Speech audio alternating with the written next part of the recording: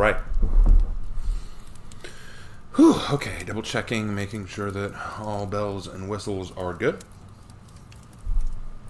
Hope you're all doing well tonight. Hope you're all doing well. Sound check, sound check. I think we are good. Hello everybody, Raven Knight here. Good to be back, good to be with you tonight. Starting off a brand new reading stream. We're starting off a new story tonight. Well, new for some of you, but one that you are familiar with, I'm sure. Okay, so welcome one and all to the Raven's Roost. This is where I do my reading. I'm a novelist. I have written several stories, a few of which I have published, and more that I plan to publish in the future. And here in this stream, I read to you guys some of my stories that have not been or never will be published.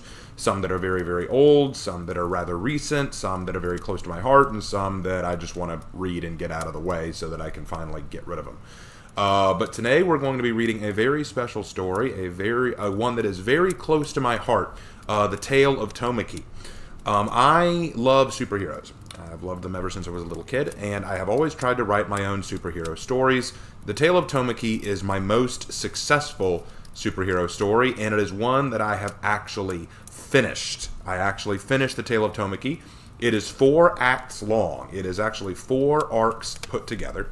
I will admit that it is not entirely original. The idea of Tomaki was brought up by Dragon Ball Z. I was a big fan of it back in the day, and I wanted to create my own Saiyan, my own sort of Saiyan hero story that, does a lot of new stuff rather than just what Goku does. And so I wanted to build my own thing. Now, some people have criticized me saying that, it would have been better if you made your own original superhero rather than just make a Saiyan, which is clearly ripped off of Dragon Ball Z. To which I said, yeah, you're probably right, but keep in mind, I started writing this when I was in college, so I was still a relatively new writer. I was still getting used to the idea of writing long-form stories. But as I have grown and evolved as a writer, I have written more original heroes, such as Tomas de Leon of the Dragon Oath story, and V41 of my Soul Programming story, which I will tell you guys more about another time. All right, so tonight the goal is we're going to read, or at least attempt to read, the first 10 chapters of the Tale of Tomaki. I want to remind you guys of the rules so that we're all clear on them. First of all, this is a reading stream. We do not talk about games, we do not talk about politics, we don't talk about other facets of the channel. This is purely about the stories and the characters and the reading. So if you ask me questions about gaming or my stream schedules or anything like that, I will not answer. I will merely ignore or possibly put you in timeout until you figure out that I'm not talking about that stuff. It's no offense to you guys, but I don't want to be distracted. The second rule is you are allowed to chat with me or with other people, but please do not get distracting. Please do not do everything in all caps to get my attention. I will just ignore you again. And please try to keep things as close to on topic as possible. Like, for example, if I'm reading about the Tale of Tomaki, please don't ask me about a totally different story altogether. I'd like to keep things as close to topic as possible, because believe it or not, while I read, I do keep one eye on chat to make sure that everything is going smoothly, and I just want to make sure that we're not getting all off topic all over the place. Okay? All right. So, those are the rules. Hope you guys understand. And now I am very excited to read to you guys the Tale of Tomaki Chapter 1, which was written June 6th, 2015. So this story is almost 10 years old. That is crazy that this story is so old. But anyway, yes, let us get ready to read this. Oh, one more thing before we get started. I do want to stress this. Tomaki is a character that goes through a lot of evolution, so don't be surprised if I have to adjust my emotional range with this character. Tomaki has a lot of emotional moments, so bear with me as I do that. Okay, we're ready to start. Let's do it. The Tale of Tomaki, Chapter 1, written June 6, 2015. Saiyans, the most elite warrior race in the universe. From our very beginnings, we were born for battle, conquest, and destruction. Our planet, Planet Vegeta, is where we hail from, and it was there that we were born, as were you, Tomaki. Tomaki, what are you doing up so early? I quickly tried to hide the box away. My hands grabbed furiously for a cloth to shove it under as my tail trembled in anxiety. A habit. I needed to break this habit. A true Saiyan should never show anxiety or nervousness. She walked downstairs in her nightgown and her sleepy blue eyes gazing at me. "Nothing, Belle," I called back, turning innocently to try and hide my twitching, trembling tail. She gazed at me with a sharp scowl and shook her head. "You were listening to that recording again, weren't you?" she asked. I hung my head a little. She was right, of course. Belle always seemed to be right about these things. She knelt down with me and put her soft hand on my head. She smiled at me and I looked at her. You couldn't tell now, as she clearly just rolled out of bed, but she was actually a very attractive young woman. She had long black hair that had red streaks in her bangs. Quite often she had it pulled back in a ponytail too, and she was known as a very rough kind of girl. She was a farmer and worked hard to pay for her home and for me. She was no Saiyan, though. That was for sure. No, Belle was a human. She found me a year ago when I was only 10. I had no home and had been living in the wilds trying to find my purpose. I knew what I was, I remembered that much, but somehow I'd forgotten what I was meant to do. Belle took me home, even though she was only 22, and she treated me with kindness and affection. When she learned what I was after, discovered my space pod, this changed nothing. She continued to look after me, promising to help me find my purpose. "I just wanted to hear it one more time," I said. "Tomaki, you listen to it every day. You need your sleep, kiddo," she laughed. "I don't need sleep. A true warrior could go for days without sleep," I shouted, puffing out my chest. "That may be true," she poked my chest, forcing me to exhale, "but you're not a warrior yet. You're a growing boy, and growing Saiyan. Fine, a growing Saiyan boy, and you still need your sleep. You have a big day tomorrow." I huffed and crossed my arms. "Saiyans don't need school. They do when they live on Earth," she laughed. "Besides, as long as I'm your guardian, you do as I say." "I never asked for you to take care of me," I snapped back. Belle looked a little taken aback by this remark, but sighed and looked at me with a serious gaze. "No, you didn't, and you're free to leave whenever you want. But the truth is, Tomaki, that there aren't a lot of humans in this town who are going to be very happy about taking in a wild, violent, ill-tempered, and prideful little Saiyan like you. So until you learn how to fend for yourself and make a living, I'm the best chance you got, runt." I hated when she pulled that argument because I could never beat it. "So, do you want to leave now?" she asked. "No," I grumbled. She nodded. "Smart choice. Now off to bed," she ordered. I grimaced and took a few hesitant steps away from the remains of my pod. For some reason, Belle had decided to keep the parts of my old space pod, and that was how she found that recording. She found it and listened to it. That's how she learned what I was, and how I came to learn about my people. Can I just hear it until it gets to the part about the legendary Super Saiyan? That was my favorite part of the whole recording. If I could just hear that one more time, then I'd gladly go to sleep dreaming of that amazing power. Belle groaned but smiled. Really quickly, she dragged out the box and clicked the play button. I ran to it happily and I sat down, watching the box as it was playing the video before me. The voice spoke again, the strange electronic but oddly familiar voice. "We Saiyans are studied from the day we are born. Our power levels are red. Those with high power levels are allowed to remain on the planet for special training. Those with low power levels are sent off to weaker planets with the purpose of destroying the resident life forms. In this way, you might still prove yourself as a worthy warrior." Belle huffed at this. She didn't like this part, and to be honest, I wasn't too fond of it either. Whatever accident I had upon landing on Earth, I had lost all desire to destroy the life here. Certainly I was far stronger than they were, and crushing them would be easy as I grew up. But I didn't desire that kind of purpose anymore. Belle didn't like it either, and often asked what kind of race treats its children like that. That part kind of bothered me too. If I had a low power level and was sent to some other planet, did that make me a bad Saiyan? "A Saiyan's power comes from their tail. When we look upon a full moon, our tails allow our bodies to undergo powerful transformations into great apes, and we crush all that stand in our way. But there is yet one transformation, one that exists only in legends." I gripped the ground hard. This was it. My favorite part of the whole recording, the part I'd been dying to hear. "Greater than any great ape is the ultimate transformation of a Saiyan. The transformation into the legendary Super Saiyan, a warrior with power so incredible and so overwhelming, it's said that no creature could stand against them. Their power is said to emit a golden aura that ignites the air into fire. The rage of a Super Saiyan is said to be something of true splendor. However, this transformation is not meant for the likes of you who have been cast from... All right, that's enough. Bedtime. Belle reached over and switched off the recorder. I grumbled, but didn't argue. I had heard the best part. The rest was just talking about how I was just a low-level, low-class warrior, not meant to eat off the feet of the elite warriors of my kind. I didn't care about that silly stuff. It was the Super Saiyan legend that I loved the most. I got up and began my walking upstairs with Belle walking behind me. Belle, someday I'll be a Super Saiyan, I said. Will you? Belle laughed. Don't say I can't do it. I will, I shouted. I'm going to be the strongest warrior ever. I'm going to be a Super Saiyan. Well, that sounds wonderful. I'm sure you'll get there someday. But for now, can we just try to become a sleeping Saiyan? She asked, jokingly shoving me towards the room she'd created for me. I stuck out my tongue and walked towards my room, jumping into bed. I wasn't mad at Belle. She meant well. But being a human, she could never understand a Saiyan's pride. A Saiyan's nature. I will become stronger. I'll become a Super Saiyan someday, I grinned, closing my eyes and letting sleep finally take me. As I slept, I dreamed of a Saiyan. I dreamed of a Saiyan with golden hair and an aura so powerful the ground itself trembled. And at his feet was a body.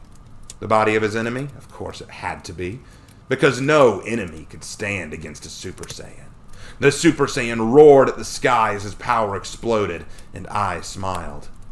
I couldn't wait till the day I achieved that power.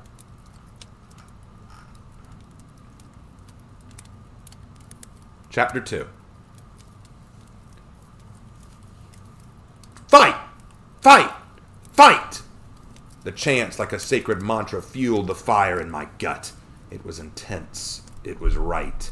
My fists opened and closed in anticipation. My tail twitched excitedly. My legs were spread, ready to dodge and kick. My right hand was pulled back close to my chin, and my left arm was extended outward, with both hands tightened into my ultimate weapons. My hair, wild and untamed, as every blue flew across my forehead, and eyes as wind blew past. Before me stood Jackson, my foe. "You ready to go down, monkey ass?" Jackson guffawed. "Glad you have that tail. Makes a nice target." My eyes narrowed and my teeth were bared. His stupid mouth. That stupid, babbling, insensitive mouth of his. Always running. Always looking for someone to mock. Couldn't he just zip it shut for one damn moment? It was his mouth that brought us to this point. The playground behind the school was meant for the elementary schoolers, but now it was the battleground for Jackson and I. We were both 16. We were both around the same height. He had blonde hair and I had brown hair. His eyes were blue and mine were green. My body was toned and fit. He was barely able to buckle his belt. And yet, of all of our similarities and differences, he chooses my tail to insult.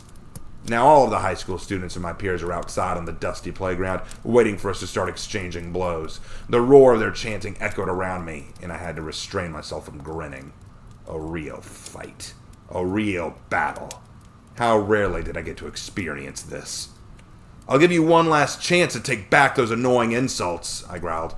"Apologize and I'll stop this right now." "Apologize for what, Tomaki?" Jackson mocked. "For telling it like it is? I think you're scared."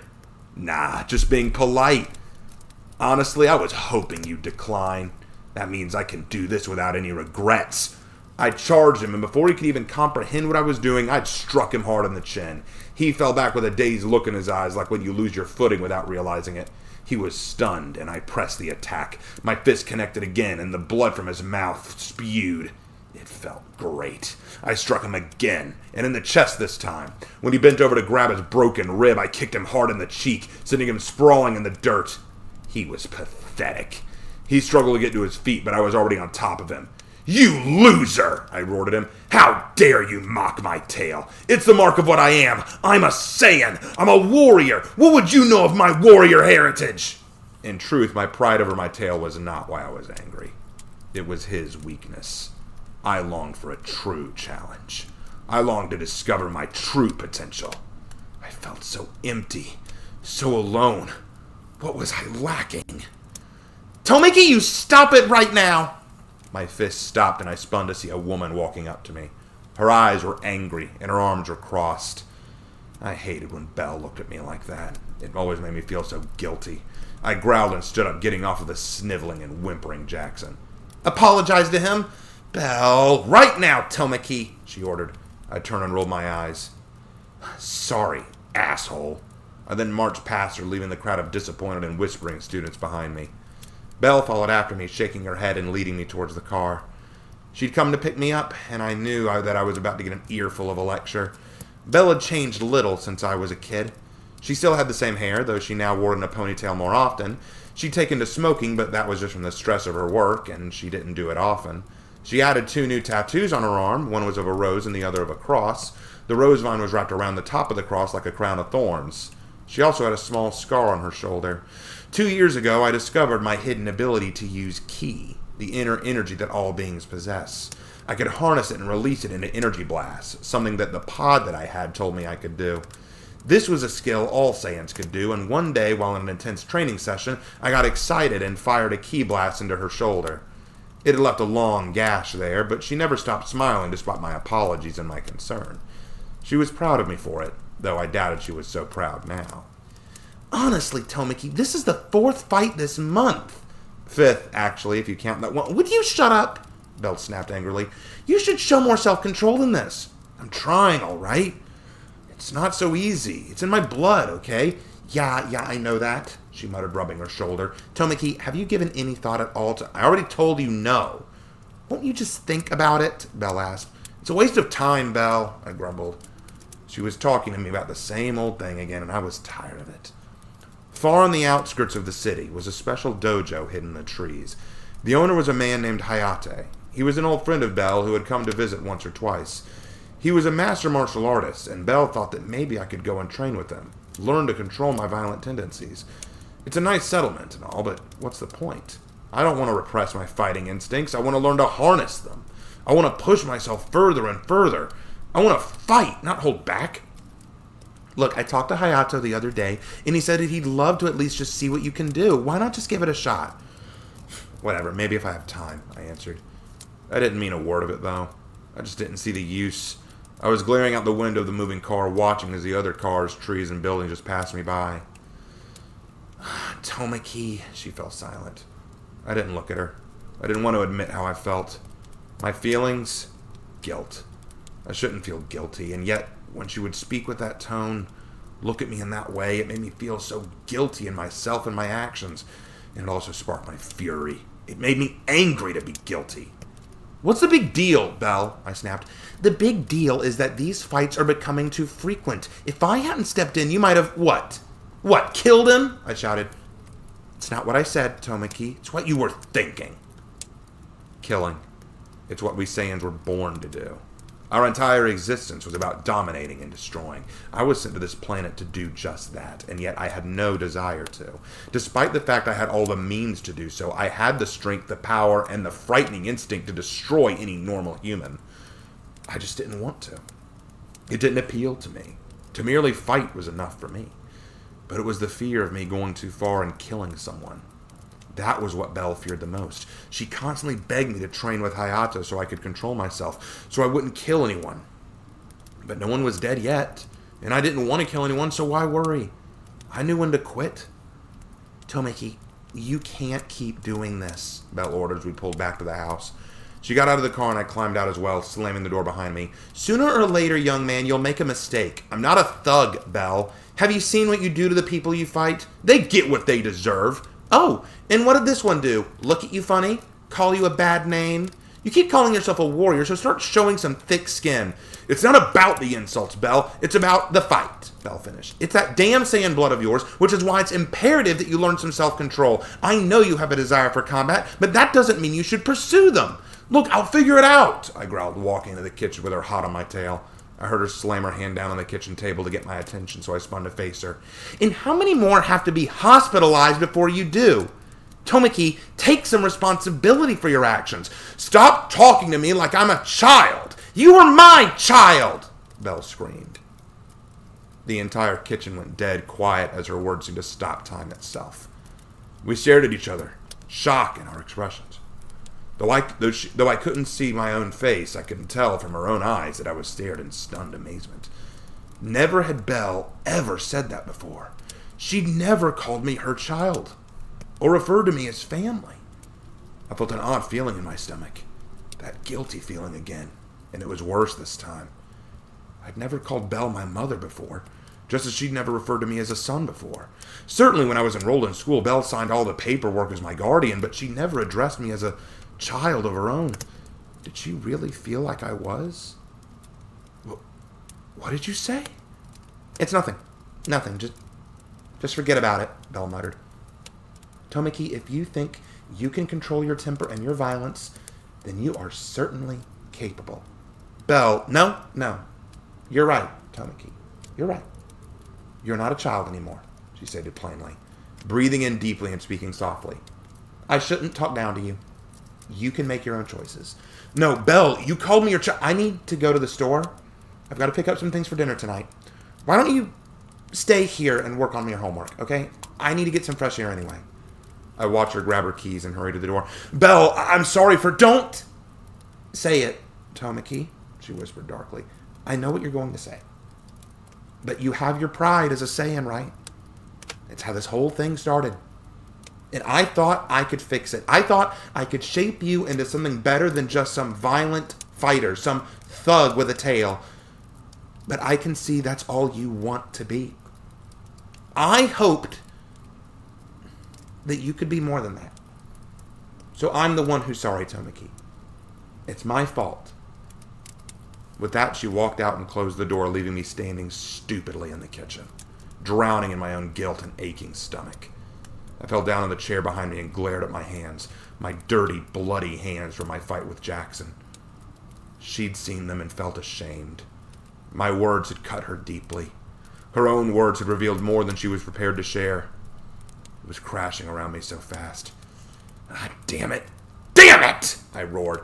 I hated this feeling of guilt and anger. I hated when I felt this way. I wanted to talk to her, to bring reason back and restore the balance of the way things were. I could fight every man on earth, but to fight with Belle? How could I fight with her? She wasn't like other men. She wasn't like other people. I cared about her. I didn't want to hurt her. Not like this. And yet, this desire to spare her the pain of my wrath was always won over by my Saiyan pride. Where it all begins, I hissed to myself. I slammed my fist against the wall, leaving an impressive dent. Damn it! I'm such an idiot.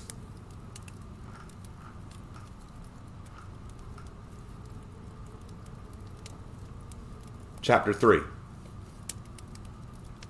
I sat down and groaned, not wanting to move, not wanting to do anything. The words that Belle had said still echoed in my head. They stung me, and yet they opened my eyes as well. Did she really see me as her child? Had she been hiding this from me? I narrowed my eyes and reflected back, and it made sense. She'd always given this motherly sort of persona around me. She wasn't just a guardian sometimes. There were times I could think back on where she actually showed a loving sort of concern that she had no obligation to show me. Belle. I muttered her name, wanting to say more, but stopped myself halfway through.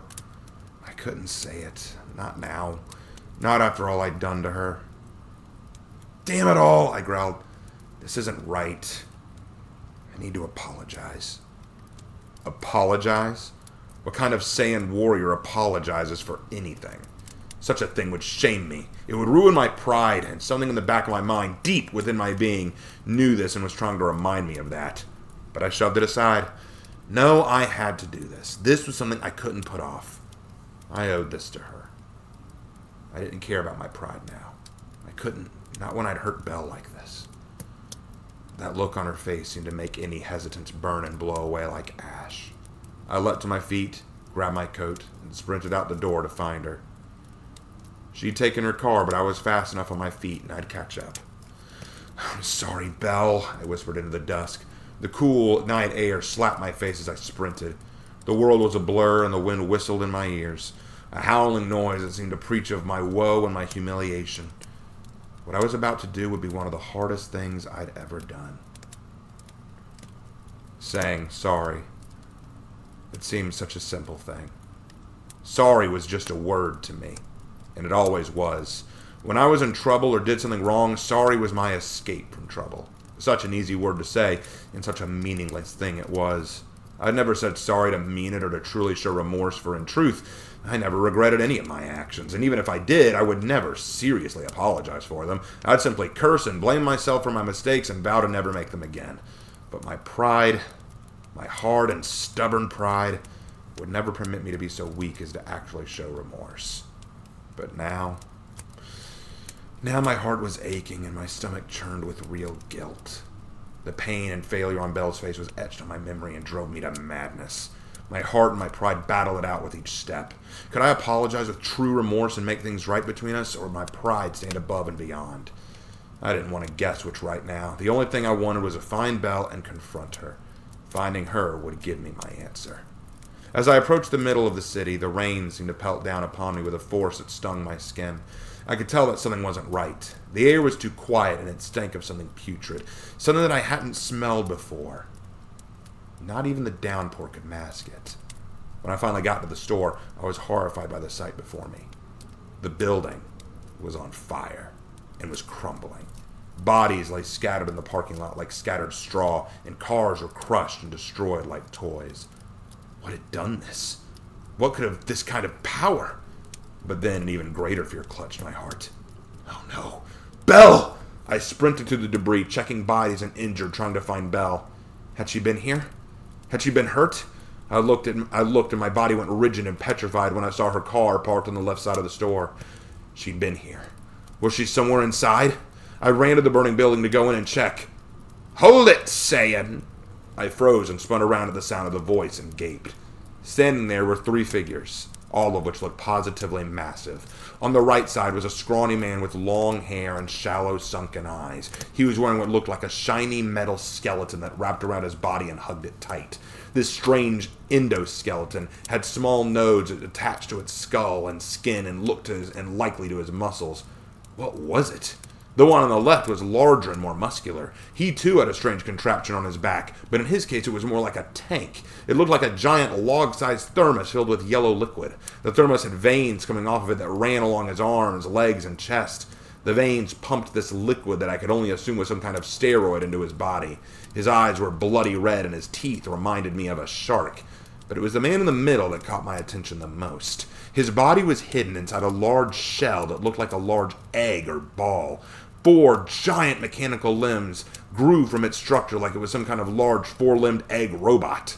The right arm had a huge cannon-like device on it, and the left arm had a round defensive device in the shape of a shield. Lightning pulsed from it as electrical surges came out of the mechanized bindings.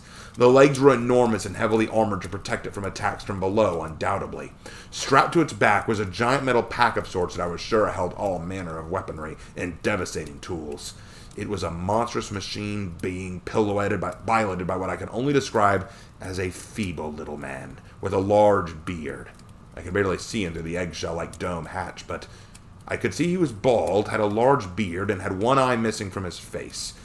He was smirking at me coldly, and I glared at him back. I didn't need any education to know that this was the man responsible for all this. "Who are you?" I demanded. "How do you know my race?" "Simple enough," the man in the robot smirked. "The rumor of a boy with a tail in this town has spread well beyond this place. After some careful research, we've learned what you are. Learned of your genealogy and your kind. You're a threat to everyone on this planet." "So what, come to kill me?" "Sorry to say, but I have no desire to harm this planet or its inhabitants," I shouted back. Yes, we learned as much from our information gathering," the man laughed. "Fortunately for us, though, that doesn't matter. We're not just here to kill you. We're here to affirm the power of my creations, my battle endoskeletons." His friends flexed their skeletons as if to show them to me. Hard to miss them, really. "If I can kill a Saiyan in these suits, then governments all around the world will pay out the ass to get their hands on them. I'll make a fortune off these weapon designs." I stared at him in disgust. That was what this was about? "That's all you're after? Just money?" "Not just money, you brat. I want a fortune.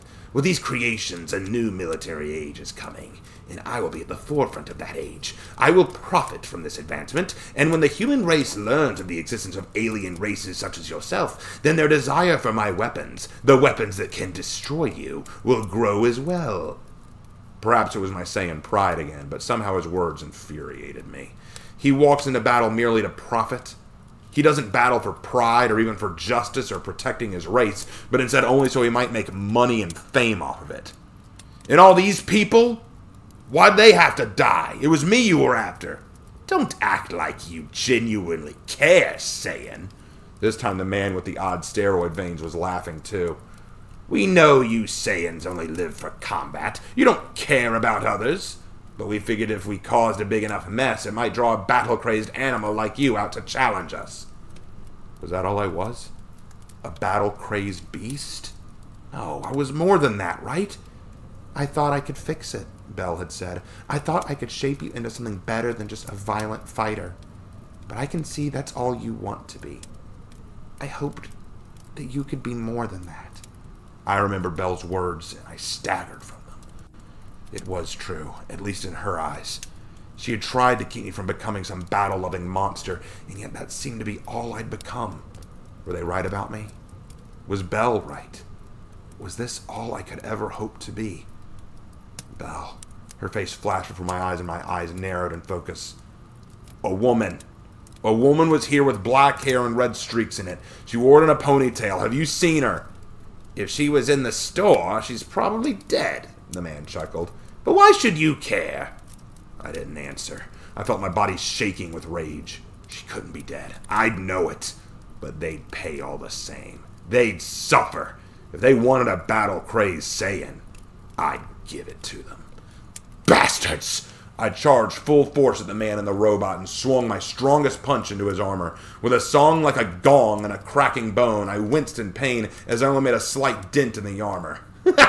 Sorry, Saiyan, but this armor is heavily reinforced. It could withstand a dynamite explosion at point-blank range. Your monkey punches wouldn't even crack it. With a swing of his massive arm, I felt the robotic limbs strike me. I withstood and rebounded, feeling familiar instincts kick into me. I pulled back my arms and fired 2 ki blasts from my hands. The 2 men beside him rushed in to defend, and I used that moment to attack them at once. I moved in to take on the muscular, veined man. I shot a kick at his head, expecting to land him flat on his ass. But no luck.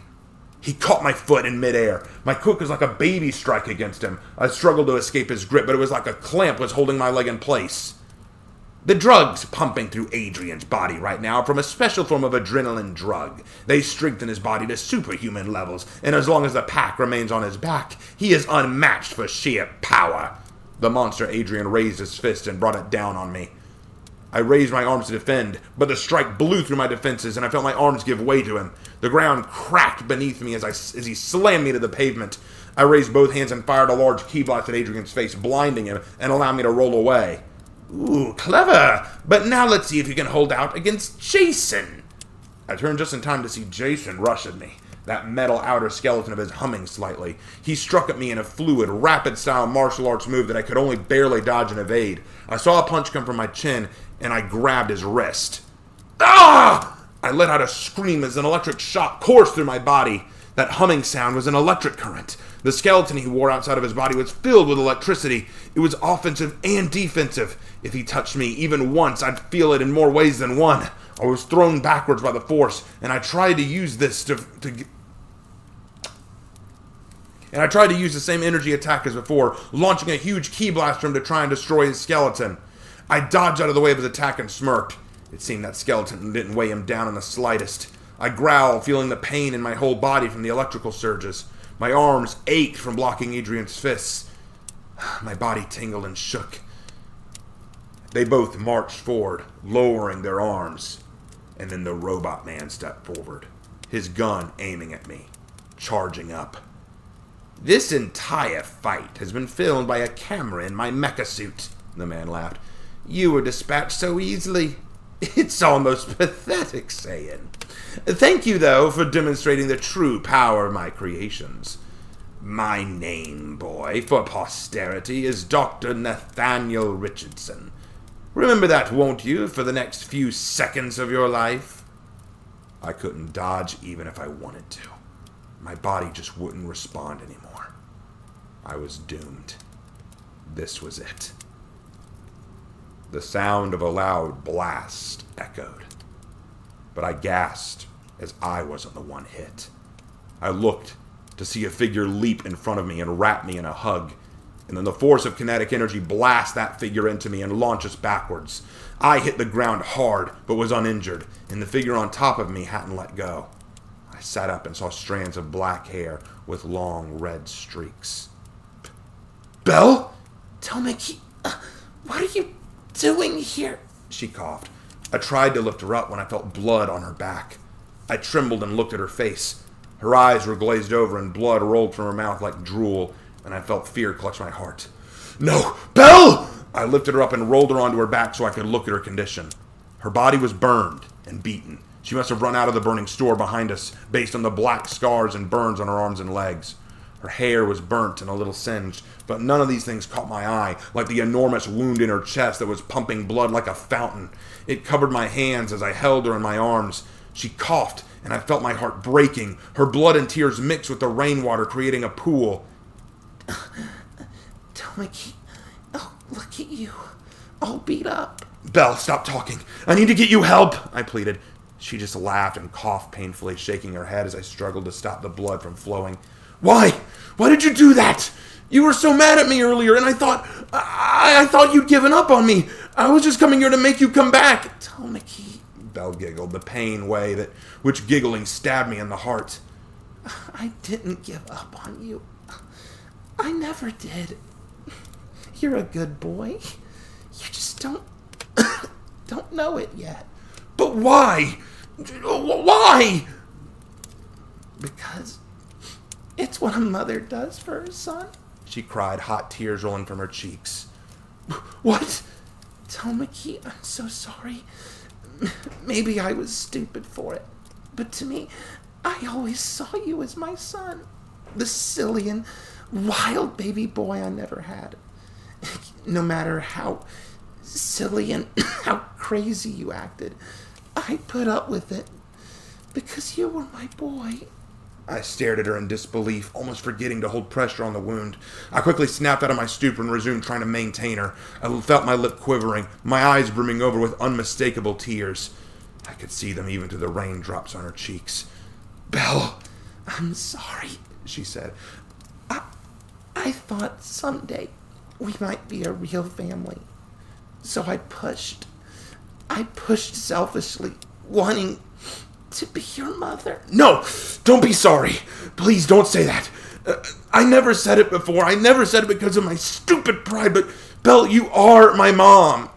As I cried these words, I shattered all pride and selfishness that I had left. I ripped them away and spoke my true mind to her. No reservations, all truth. I told her the truth, perhaps for the first time in my life.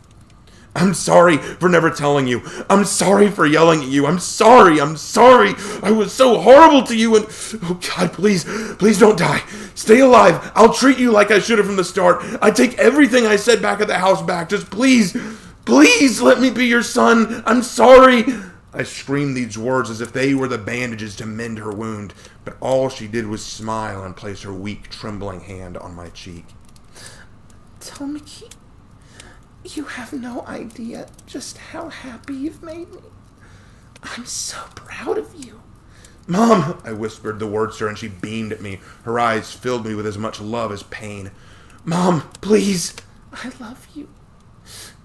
I do, Tomaki. I love you. Her eyes closed. My baby. And her breath escaped her lips like a gentle breeze. The blood stopped pumping, and her heart wasn't beating. Belle!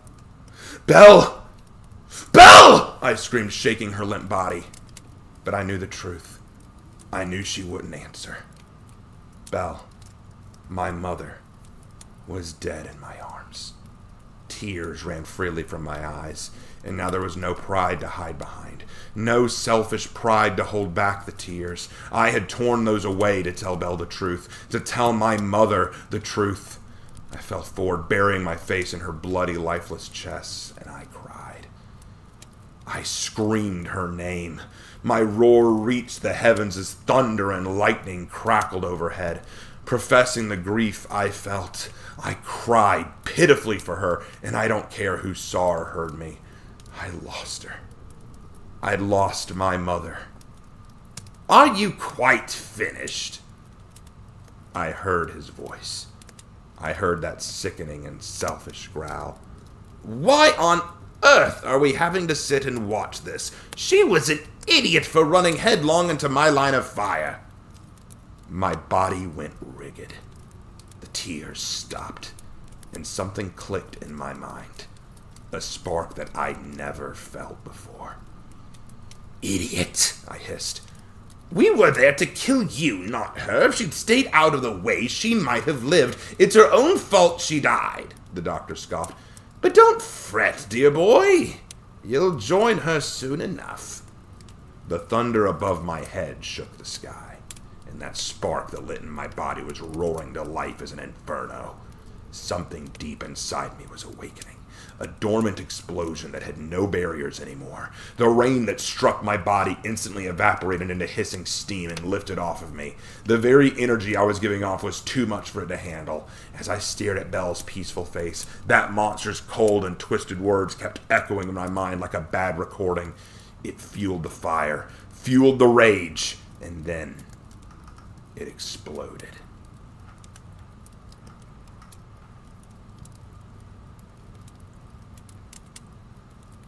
Chapter 4.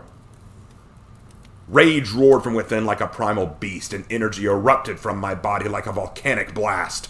I roared in the heavens in my pain and in my rage, which had both become one being. My roar turned to lightning in the sky and thunders across the heavens. The ground trembled at my feet, and rocks leapt about like crickets. The clouds above rolled over me as it drawn to me. I became aware of an aura generating from my body, golden in color. My body felt such a surge of immense power, it was almost staggering. Every part of me felt like it had been enhanced to 100 times what it was used to. My roar called forth more and more energy, until at last I felt like my rage and my agony had completely swallowed me. But that was hardly what mattered. What mattered was the body at my feet. That beautiful body that I had wronged so horribly. What mattered were the ones who killed her. "I will make you suffer," I snarled. "I'll never forgive you!" I turned and I roared at them, and when I did, I noticed a tremor of horror course through them. I didn't care. I wanted them to be afraid. I wanted them to know what waited for them. I would make them pay for every drop of my mother's blood they spilt. "What the hell is going on?" Richard gasped. "What kind of trick is this? Your hair, your tail, your eyes. What's with you?" "Boss, what do we do?" Jason asked. "It doesn't matter," Richard snapped. "Golden or not. He's still the same weakling. Kill him and let's go." "I'll take care of it," Adrian barked, charging towards me like a rhino. I held my ground. I didn't feel a hint of fear, only rage. This beast was nothing but an obstacle, and I would not merely overcome it. I would crush it. He swung his massive fist at my face, and the same fist that had planted me in the dirt. But I was no longer the same. I could feel the difference now. I could stop him. I held out my hand and his fist met it, and the colliding of our hands caused a crack-like sound as his fist was stopped dead in its tracks. He grunted and growled like the beast he was, trying to push through my hand. I pushed back, and with a roar that was akin to the thunder over me, I threw his hand to the side and slammed my own fist into his face. I might as well have punched a man made of pudding. His whole body jerked back and collapsed to the ground on his back, groaning in agony. "Adrian!" Richard shouted. "Impossible! Impossible! How'd he do that?" "You son of a bitch!" Jason ran at me next. I remembered his lightning touch. He leapt at me as if to tackle me. I normally would have avoided him, but another idea crossed my mind. The moment Jason made contact, I felt the electric surge into my body. I gritted my teeth at the pain, and then snarled in rage. This pain was nothing compared to my fury. I roared back and expelled my energy outward like a shockwave. The electricity and Jason himself felt it and repelled backwards away from me. I leapt upon Jason in a single bound and summoned forth a massive energy blast into my hands, drawing it from the latent power that I'd somehow awakened. The energy, like the aura I was sporting, was golden and glowed like a small sun. I fired it at point-blank range, and the energy struck Jason, burning his flesh and completely destroying his skeleton. He was launched like a football across the parking lot and crashed into a car. I then turned my attention to the last one of the three, Richardson. This can't be happening," he shrieked, all of his bravado gone. "What in the hell are you?" That was a good question. But how could he possibly know what I was? I knew. I was the Saiyan of legend. The story I used to listen to over and over again from that old pod recording. I had become a Super Saiyan. And I only wish that Belle could see me now. I'd done it. But no. She couldn't see me now. Her sacrifice. That was what had awakened the warrior. It was because of her. Because of her, I had attained this level. "You'll pay!" I roared. My energy exploded once more, creating a small earthquake around us. Oh, you think it's that simple?" Richardson laughed nervously, trying to regain some of his old bluster. "My Achilles suit is the strongest armor ever crafted. You barely dented it before. No matter what you've become now, there's no way you'll rip through it." Normally, I would have taken this as a personal challenge. But not this time. No. Rather, I saw that armor and knew that I not only would rip through it, I would destroy it. He swung his weapon arm forward and opened fire at me. The bullets were so slow to me that I easily sidestepped each one as if walking out of the way of someone throwing a softball. I got up close and then sprinted in, close enough that I could reach his metal suit. Ah! I struck the suit and my fist went through it as if I were punching into water. There was little resistance, and I could feel the soft belly of the good doctor within. With a scream of pain and shock, Richardson tried to strike me with his suit. I leapt backwards, evading the attack. "How'd you do that? You're a freak! A monster!" he screamed. He dropped down onto all fours, and the pack of his suit opened to reveal a missile. With a sound resembling a truck firing up, the missile launched and screamed at me. The missile exploded in front of me, but my aura, like a shield, defended me from the blast, and I leapt straight up into the air, looking down at the bastard who killed my mother. I pulled both hands to the side and began drawing forth the same energy. I pulled harder, pulled more energy. I could feel the power of my ki building between my hands in that golden form. The sun that I'd created before was building again, and it was more powerful this time. The vision of Belle's face flashed before my eyes, her final words whispering through my head, her declaration of love for me. They hurt. They hurt! They wounded me. I forced that pain into my energy blast. He'd killed her. He'd taken her from me. That rage poured into the power. The massive amount of pain. Rage. I was building it into my hands. It was burning. I wanted to launch all of it back at him. I'd destroy him with this. This is impossible. You can't defeat me. What are you? Stop it! This is for you, Mom, I whispered. And with a shout of fury, I thrust my palms forward and fired it. The roar of pure energy screamed from my hands like a sea of angry lions. The thunder paled in comparison. The red-hot golden energy blast soared like a massive pillar of light that struck the suit of armor right where I'd left the hole. I couldn't hear Richardson scream, but I could tell he was, just from the look of pain and horror on his wretched face as his precious suit was reduced to molten scrap metal. There was a small explosion as the doctor ejected himself from his destroyed weapon. He landed in a heap on the parking lot and struggled to his feet. Damn it! I miscalculated. I need to get out of... Where do you think you're going? I snarled, grabbing him by his collar and yanking him up so I could see the eyes of my mother's murderer. He squeaked like a frightened rat. A fitting animal to compare to him. What the hell? What are you? I'm a Super Saiyan, I answered.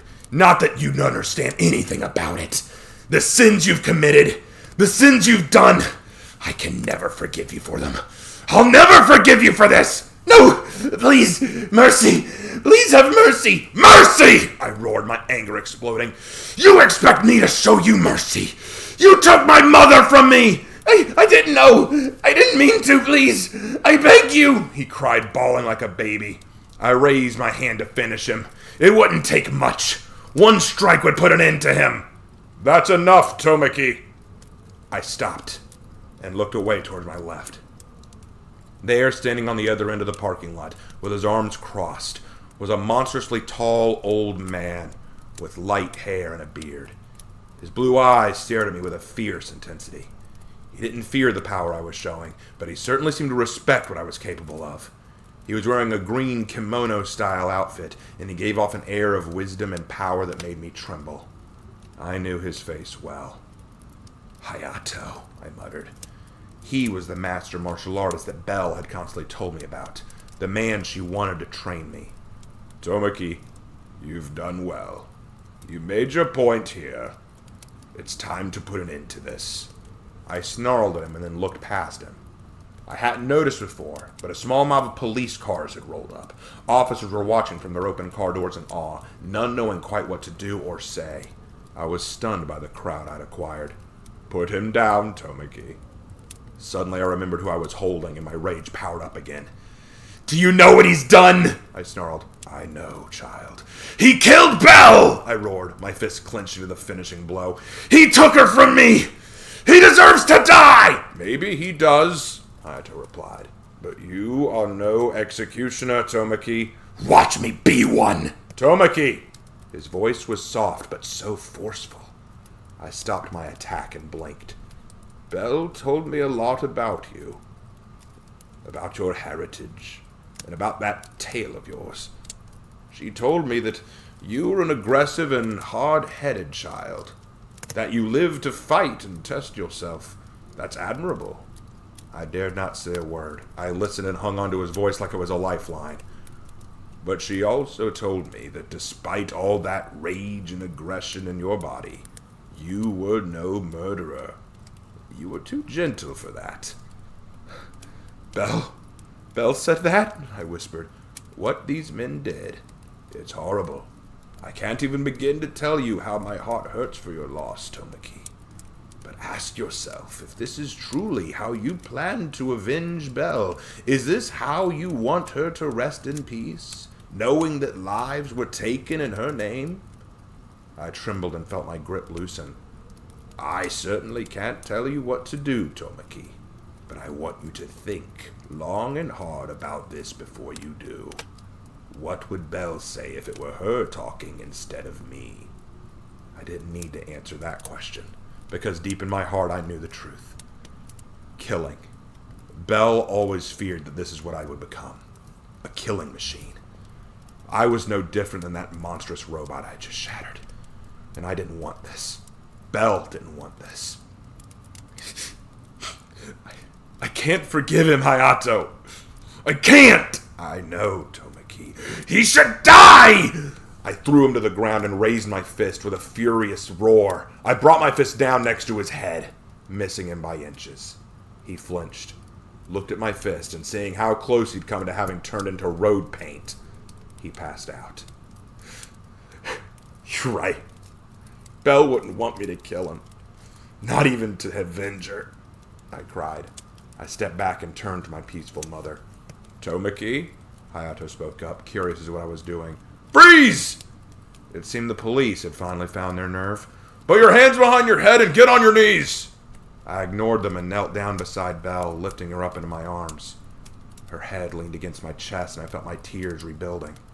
My golden aura faded ever so slightly as my grief began to outweigh my rage. "We told you to freeze! Shut up!" I roared back at them, causing them all to leap back behind their doors. It seemed they were afraid of my Super Saiyan power. As well they should be. But right now I didn't care about them. I had to take Belle away from here. I had to take my mother away. I don't know how I learned to do it. I don't know when I thought about it or how I figured out how. But I felt my body lift into the air with Belle in my arms, and I began to fly away from the battleground, away from the burning store, away from the police, away from Hayato, just away from everything. As I flew away, I looked down at my mother's face and I wept. "I'm so sorry, Mom."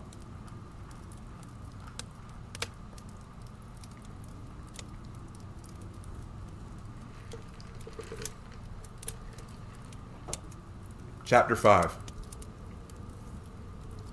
"I'm sorry, Mom. I'm so sorry," I cried. I said these words so many times I was sure they were inscribed on my tongue by now. My mother's body lay before me as I was on my knees crying over her. The dark sky above us crying tears as well that baptized me in my own shame. Her peaceful, smiling face. I could still see it smiling, even if just slightly. The water that trickled from her face looked like tears. Was she crying too? Could she hear my voice from heaven? I wailed at the sky and beat my fist into the grass, wishing that I could reverse time, change what happened, and bring her back. The hill I had brought her to overlooked the town, and a single tree stood nearby, shadowing us.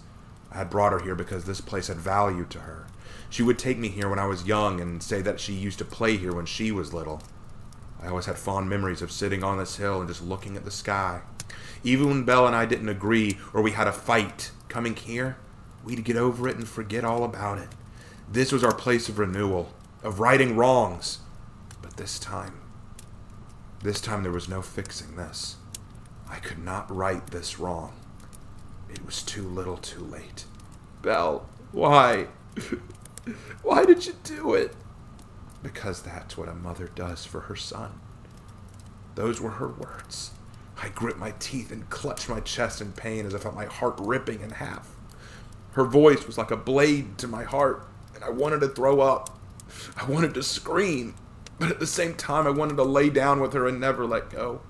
I wanted to stay with her here forever and take care of her.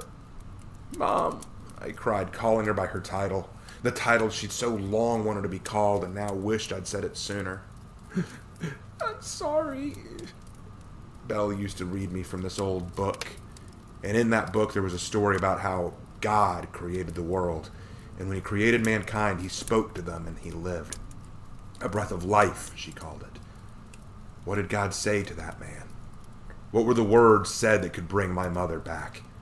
I didn't know, but the only words in my heart were the ones I couldn't stop repeating. I'm so sorry, Mom, I whimpered, touching her lifeless and beautiful face. Tomaki. I didn't look up, but I knew the voice. Tomaki. I know this is hard, but what do you want, Hayato? I snarled. She deserves a proper burial, Hayato answered. You stay away from her. I need to stay with her. And what do you think you'll accomplish by keeping her here, exposed to the elements? He asked. This was our special place. This was our childhood playground. We'd come here when we were angry or sad, and I'm still sad, so we can't leave. I choked, trying hard not to break down again. Tomaki, I'm truly sorry for what you've lost, but you and I both know that it's time to let her rest. I didn't answer, and I didn't move. I knew he was right, but I couldn't bring myself to release her body. It wasn't so simple. It's my fault. If I just taken that hit instead, if I hadn't argued with her, if I treated her like a mother, it's because of my stupid pride. This isn't your fault. You don't know a thing, I snarled back. I know that you couldn't have stopped her from jumping in the way of that shot, Hayato answered. And I know that she died protecting you. She never held any resentment for you, Tomaki. She didn't blame you. So don't blame yourself. Then who else can I blame? I cried, hugging my mother. I'll never make this right. I can never fix this. I can't apologize. I'll never fight again. I'll never fight again. Stop being foolish, boy, Hayato stated. Belle told me about your heritage. Battle is in your blood. It's a part of who you are, and it's not the reason she's dead now. My anger flared forth, and I rounded, facing him again, my teeth bared. Shut up, you stupid old man! What do you know of me? What do you know about any of this? If you give up on yourself and who you are, you won't bring her back, and it won't make amends for anything. Tomaki, you can't bring her back. And you can't deny who and what you are. I told you to shut up! I charged him, all my rage built into my fists. I was going to pound his face into the wet grass and stomp it to pieces. How dare he talk to me like that? I didn't want to hear it. I swung at his face, but his hand was there to meet my fist, and with a slight sweeping motion, he brought my fist down and past him. My momentum carried me forward, and he kicked my ankle out, causing me to trip and fall on my face. I let him begin to attack, and like before, he grabbed my wrist and flipped me on my back as easily as if I were made of straw. He was good. Very good. That's enough, Tomaki, he snapped.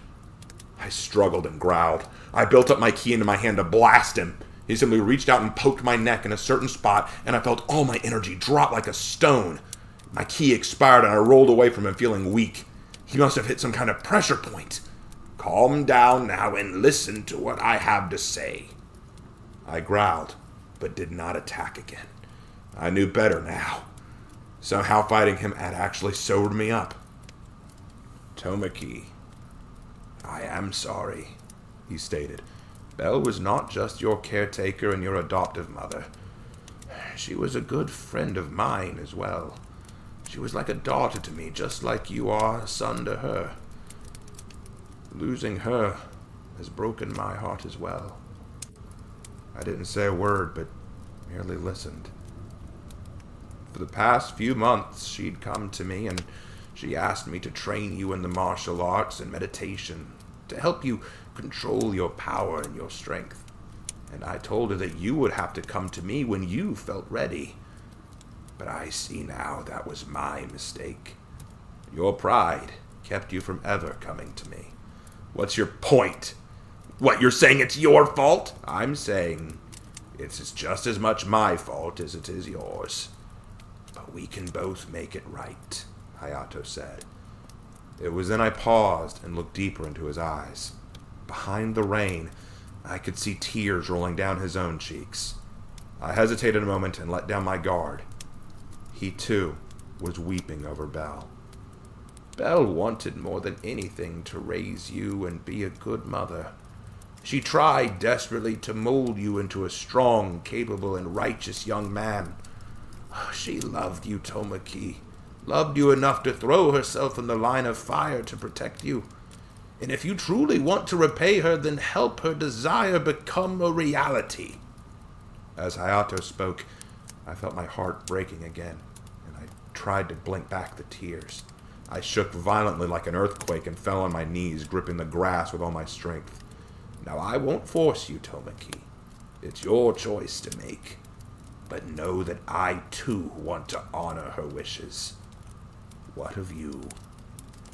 I finally managed to find my voice to speak, and I bowed my head low. Once again, I let go of my pride, and I bowed my head before Hayato, placing it on the ground.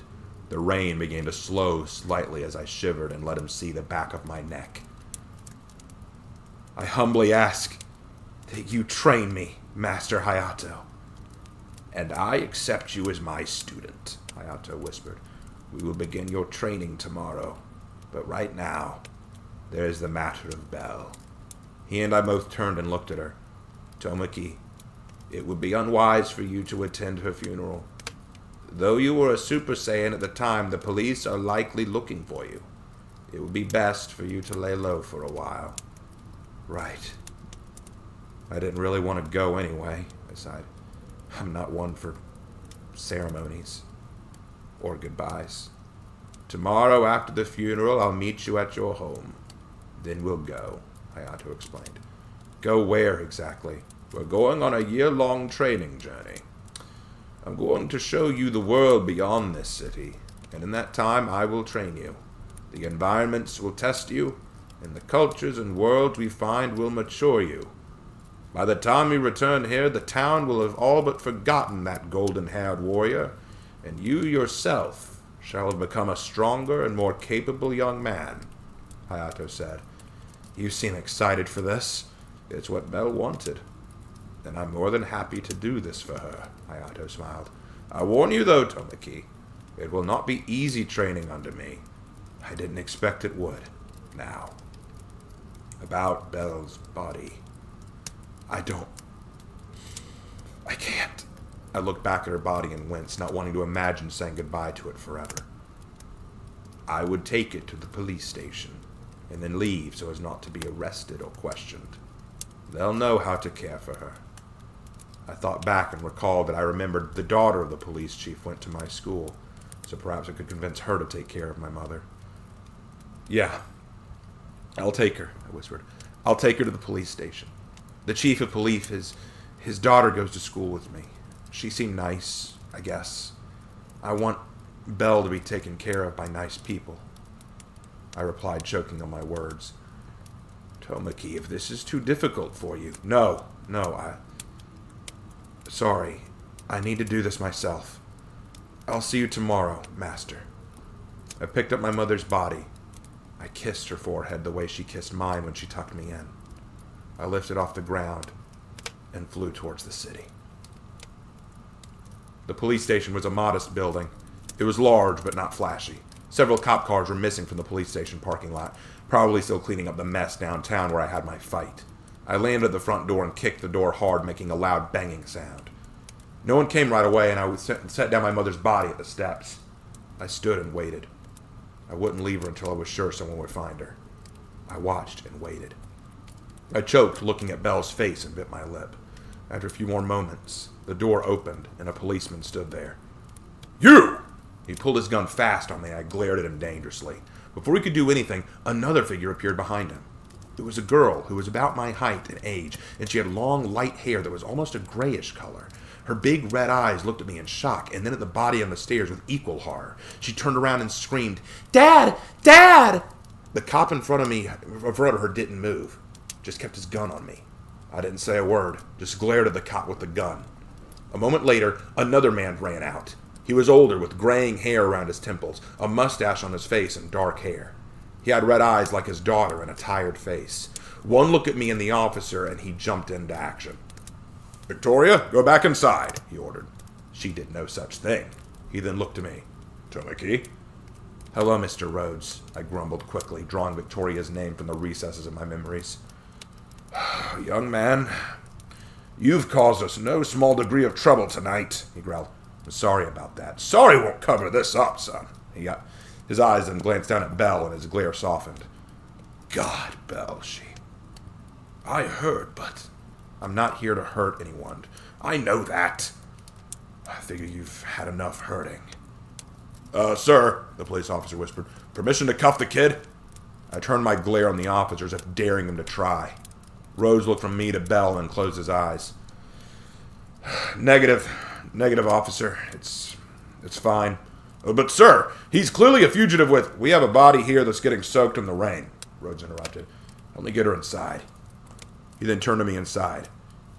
"And as for you, Tomaki, I better not ever see you again, kid." "Please, just take care of her, sir." I turned on my heel and marched away to go home and collect my things. "Tomaki!" I hadn't made it all the way to the end of the parking lot before I heard a young girl running out to me. It was Victoria again. I stared at her in the rain, and she was holding an umbrella over to keep the raindrops off her. "Tomaki?" "Yeah?" "I'm really sorry," she said. There was that word again. "You didn't do anything." "But she was special to you, and I know that hurts." I didn't bother asking her how she knew that. I didn't care. Victoria then looked at me with big eyes and frowned. "Are you really leaving, Tomaki?" "Yeah," I answered. "Will you ever be back?" she asked. "I guess," I responded. She smiled a little, and her sad eyes shone a bit in the night like a pair of rubies. "Good. Be careful, okay?" "Why do you care?" I asked. "I was always kind of a jerk in school." She giggled and shook her head. "No. You're a good person, I think. You're just not great at showing it." She laughed. I didn't laugh back. "You don't know anything about me. You don't know—" "I'd like to," she offered. She walked over and held out a small piece of paper that was gradually getting raindrops on it. I snatched it quick to take it out of the rain and looked at a series of numbers. "That's my number. If you ever need anything—" "I don't have a phone." "Well, then get one, dummy," she snapped before turning. "And be safe, Tomaki." She ran back inside and out of the rain, leaving me confused and bewildered by her. "Maybe I just don't understand girls," I muttered. But those feelings of confusion were replaced by the sight of the blood on my hands from carrying my mother. With a long sigh of regret, I launched myself to the sky and flew away from the city and towards my home. It would be the last night I ever spent there, and I needed to be alone with the memories.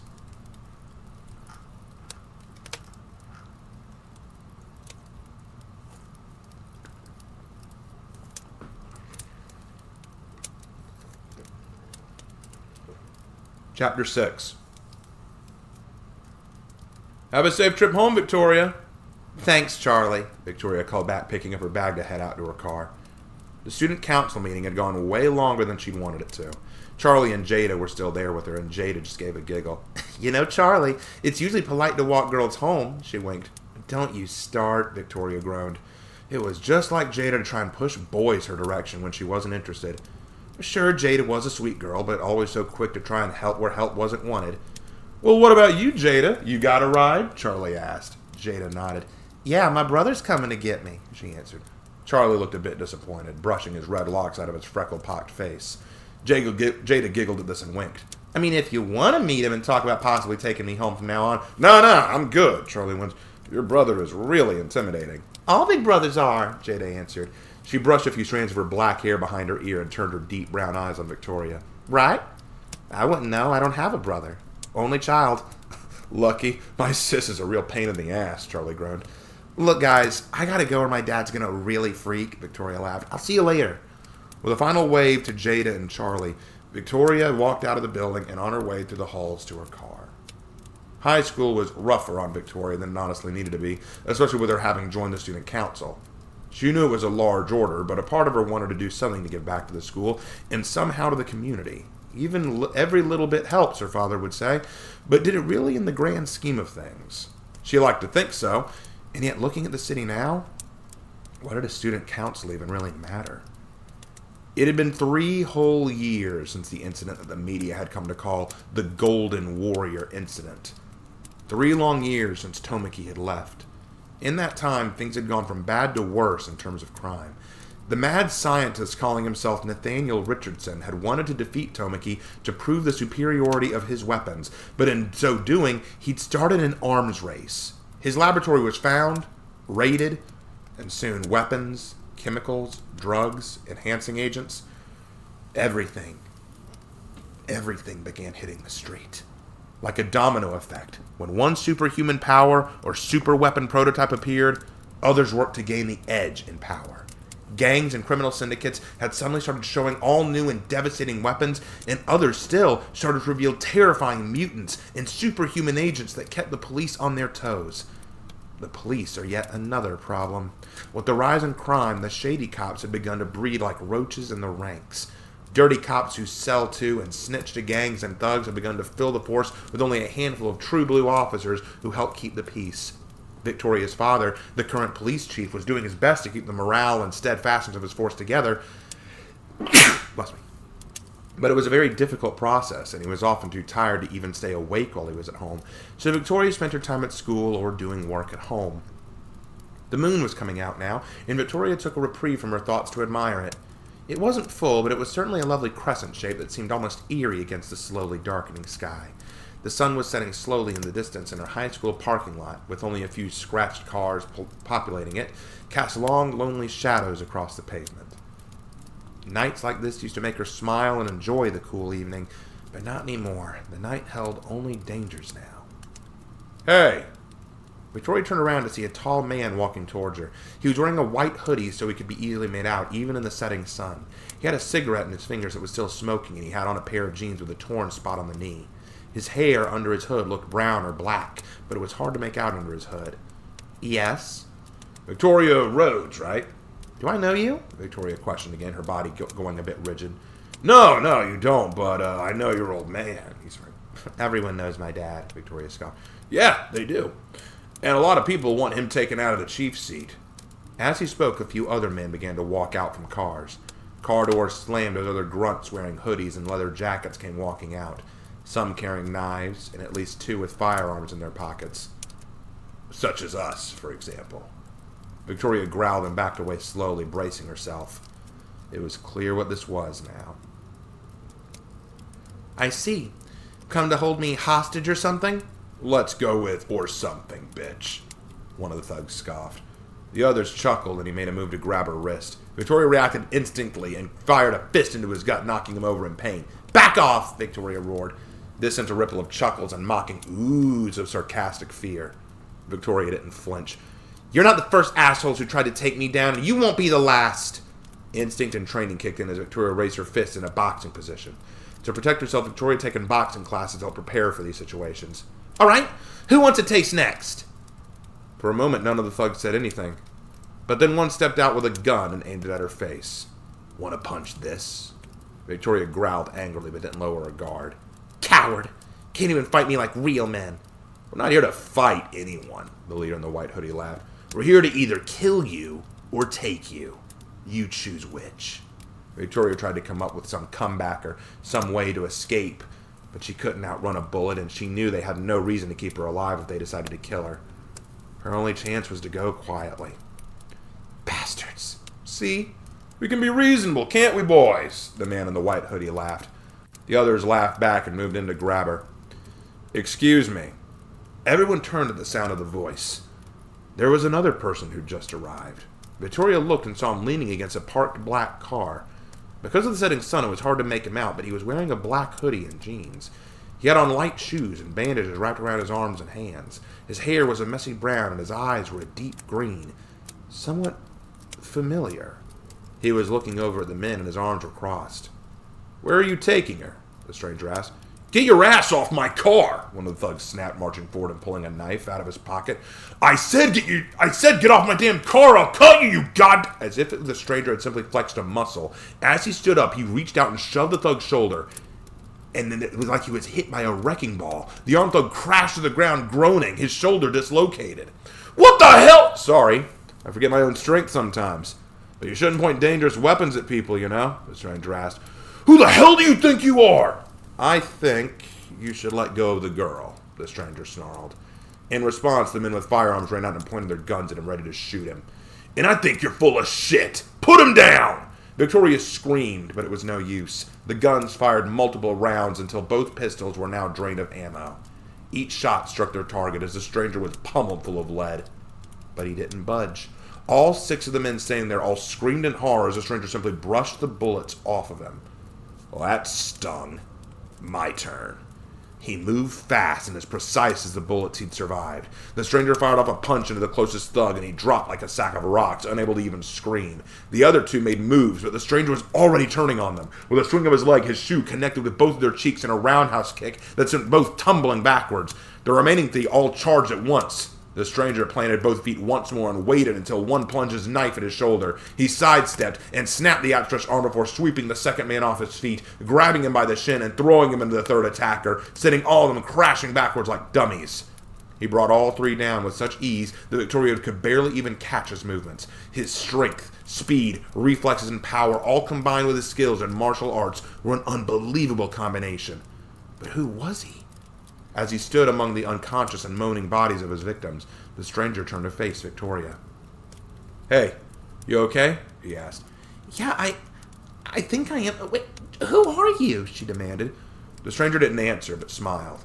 He then reached behind him and lifted his shirt a little so that she could see his belt. Slowly, she watched as the belt moved like a snake, unraveling from around his waist and then fanning out into a long monkey tail. Only one person she knew had a tail like that. "Tomaki!" It had been so long since I'd seen Victoria that I wasn't even sure what to say to her. Do I tell her that she looks well? Do I just say hello? I stood there smiling awkwardly. She rushed towards me as if to hug me, and I quickly stiffened, not sure what to do. But to my relief, she stopped short and looked me over. "Tomaki, it can't be you. You were gone so long, and when I last saw you, you were shorter, and oh my gosh, it really is you." Yeah, it's me. She quickly reached around and grabbed my tail, and I cried out in pain. I hated when anyone squeezed my tail. It hurt like hell. Ow! "Damn it, that hurts. It really is you." Without warning, she let go of my tail and hugged me tight around the middle. I gasped and grimaced in embarrassment. I was glad Hayato wasn't around to see this, and I was definitely glad Mom wasn't around to see it. She always loved to tease me about girls. "Yeah, Vicky, could you stop hugging me?" She let go and gave me a cross expression, clearly flustered. She didn't like being called Vicky. I remembered that much about her. "Tomaki, I missed you, and that's all you have to say?" I blinked at her cross expression. Had I said something wrong? Was I supposed to say something else? Well, she suddenly smiled and shook her head. "You're the same old Tomaki. Always get tongue-tied when a girl calls you out." Hey! I'm trying to be nice. "Tomaki? Nice? Well, I never thought I'd see the day. Used to be as mean as a rattlesnake, and twice as deadly." Well, I realized I had to change that about myself, I said darkly. It's not what Mom wanted for me. At the mention of Belle, Victoria suddenly frowned and walked in for another hug, but I stopped her. She nodded and stepped back.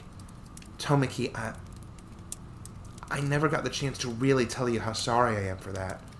You weren't the one who killed her. It wasn't your fault. But it wasn't yours either. I know you blame yourself for that. Why else would you disappear for 3 years? I told you I'd be leaving to go on a training journey. Yeah, but 3 years is a really long time, Tomaki.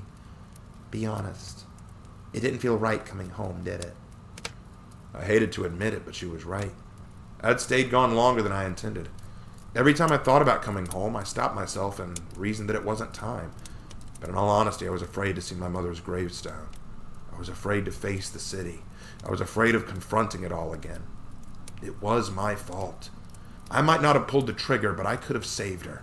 I could have told her how much I cared about her, how I felt about her from the beginning, and that's something I can never forgive myself for. I guess, I answered her. Either way, it's great to have you back, Tomaki. Thanks, I answered honestly. She smiled at me, and for a moment I found myself blushing, not sure what to say. Her smile felt odd, like it made my chest feel weightless. Believe me, we need you back. Things have gotten really bad, Tomaki. What do you mean? Tell you what, let me give you a lift home and I'll tell you everything. Victoria smiled, running towards her car. No need. I flew here. I can fly back home. She paused then and looked floored. You flew? Long story, I groaned. Victoria shook her head. I guess, assuming I meant flew by plane back into town or something. I let her assume that. No, I want to treat you to dinner. Dad'll be glad to see you're back. Oh, no! What's wrong? I panicked and ran towards her, expecting to see another thug or maybe a bomb on her car. But instead she was kneeling next to her car tire, holding her face in her hands. My tires have been slashed. Ugh! Those bastards probably wanted to make sure I couldn't make a getaway. Now I can't go home. Can't you call your dad to pick you up? It's his car, and he's been at work all day. And even if he isn't at work, he's probably asleep. He sleeps all the time these days. He's too tired to do anything outside of work, she complained. I'll call the automobile service guys, see if they can come down and replace my tires. Well, if you need a lift, I could give you one. She laughed and looked at me with a smirk. That's nice, but you just told me you flew here? You don't even know how to drive, Tomaki. Well, I wasn't suggesting we drive. I can fly you home. Her smile vanished and she looked at me. Wait, are you serious? Why not? I can fly while carrying someone. No, I mean, wait, you can actually fly? Yes. Pull the other one. It's true. She raised an eyebrow at me and I huffed. I'll prove it and I'll give you a ride home. Okay, Tomaki, I'll humor you. Yes, you need some more growing up to do, huh? Hey. So how do I do this? Do I click my heels or something? Think happy thoughts? I grit my teeth angrily. How dare she mock me? Look, if you don't want a lift... Okay, I'll stop. So show me how to do this. She smiled innocently and I snorted in frustration. She was so annoying, making fun of me like that. Whatever. Master Ayato had taught me to practice patience. So I inhaled and nodded, pushing aside the anger. She walked towards me and I knelt down on one knee. She stared at me concerned for a moment. Get on my back, I ordered. She blushed a moment and looked away smiling. That's not what I thought you'd do. Huh? When you said you'd carry me, I thought you meant... What? Nothing, it's just... And not the way I expected. You know what, never mind, sure. She laughed and wrapped her arms around my neck and lay herself against my back. Hold on tight, all right? I'm ready. Right. Here we go. I built up my ki and launched myself upwards into the sky, and I heard her squeal in my ear as we flew upwards. Oh my god! We're flying! We're actually flying! Not so loud. I'm literally right here. Sorry, just... Oh my god! Told you. I snapped, still wishing she'd quiet down. But to my surprise, she wasn't acting guilty. She was laughing.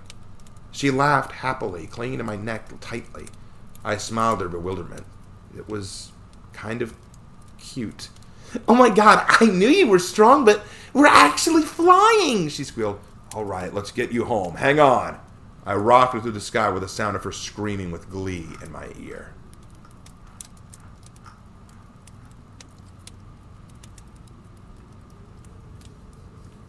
Chapter 7. The fly was noisy as Victory just kept laughing and giggling the whole way. When I finally reached her home, she had to point several times to remind me of where it was. I finally lowered us to the ground and she staggered off my back, squealing happily before tumbling to the door. I followed her as she opened the front door to her home. Dad! Dad, guess who came to visit? Victoria cried. Her face was locked in a lovely smile. Her happiness was infectious. I couldn't stop myself from smiling back at her. No sooner had she opened the door than her father was suddenly there. Paul Rhodes had changed very little from when I'd seen him 3 years ago, though perhaps he looked more tired now. He was still in his police uniform, and he was frowning. His eyes fell on Victoria, and he hugged her, ignoring me completely. Charlie called me about what happened. Are you all right? You're not hurt, are you? Dad, I'm fine. I shouldn't let you go out by yourself this late. I'll have a police escort for you. Dad, cut it out, Victoria snapped. I'm not a baby anymore. I can take care of myself, and besides, I had a savior tonight, she winked, looking back at me. Guess he's finally home. At last, her dad looked at me and blinked a few times. To help jog his bibber, I whipped my tail from side to side so he could see it. Like Victoria, the side of the tail seemed to bring the pieces all back together for him. Tomaki, he asked. Yes, sir, I answered, being as polite as I could. He glared at me a moment and then back at Victoria. He saved you? It was unbelievable. Tomaki is so much stronger than he was back then. Dad, he could be the answer to our problems. Victoria, it's not that simple. What problems? I asked curiously. Victoria and Paul looked at me, and Paul sighed a long and frustrated groan. I thought I told you I didn't want to see you here again. Sorry about that. No, don't be. You saved Victoria. I couldn't ask for more than that. He looked at Victoria and gave a somber nod. I waited for someone to speak and give me a direction. After a moment, he turned his eyes back to me. I guess you should come inside, kid. There's a lot you don't know about, well, the things that have changed since you left. I'll fill you in for your own good and for the rest of the town. He opened the door wide and let us both inside. Victoria grabbed my hand and pulled me to a chair in the dining room. She sat me down and I was blushing a little from the treatment. I wasn't prepared for all this pampering, especially having had 3 years of nothing but training. Dad, Tomaki can stay for supper, right? It's really not necessary. You saved my life, Tomaki. The least I can do is give you a meal. Yeah, he can stay. Might be a good opportunity to explain everything to him over dinner. I sighed and accepted my fate as their dinner guest. The meal brought was spaghetti, with meatballs, meat sauce, garlic bread. Victoria made sure to give me extra portions. There was salad too, but I paid little attention to that. Vegetables and I weren't really on good terms. I could still hear Mom's voice in my ear saying vegetables make you big and strong, but I'm pretty sure that it was my Saiyan blood that made me bigger and stronger than vegetables ever could. I would eat them out of respect, though. I wouldn't deny Victoria's kindness. Before we could even begin eating, though, Paul passed around glasses of tea and then sat down. Tomaki, I want you to listen very carefully. Yes, sir. How much do you know about our city? He asked. That I was raised in it? Paul pulled out a road map and some kind of placed it on the table. All right. The city is broken into 5 boroughs. We live in Zhong. The others are Dong, Nan, Shi, and Bei. I looked as he pointed to the different boroughs and noted how bigger the other 4 were from ours. I also noted how our little area was nestled comfortably in between the 4. What about them?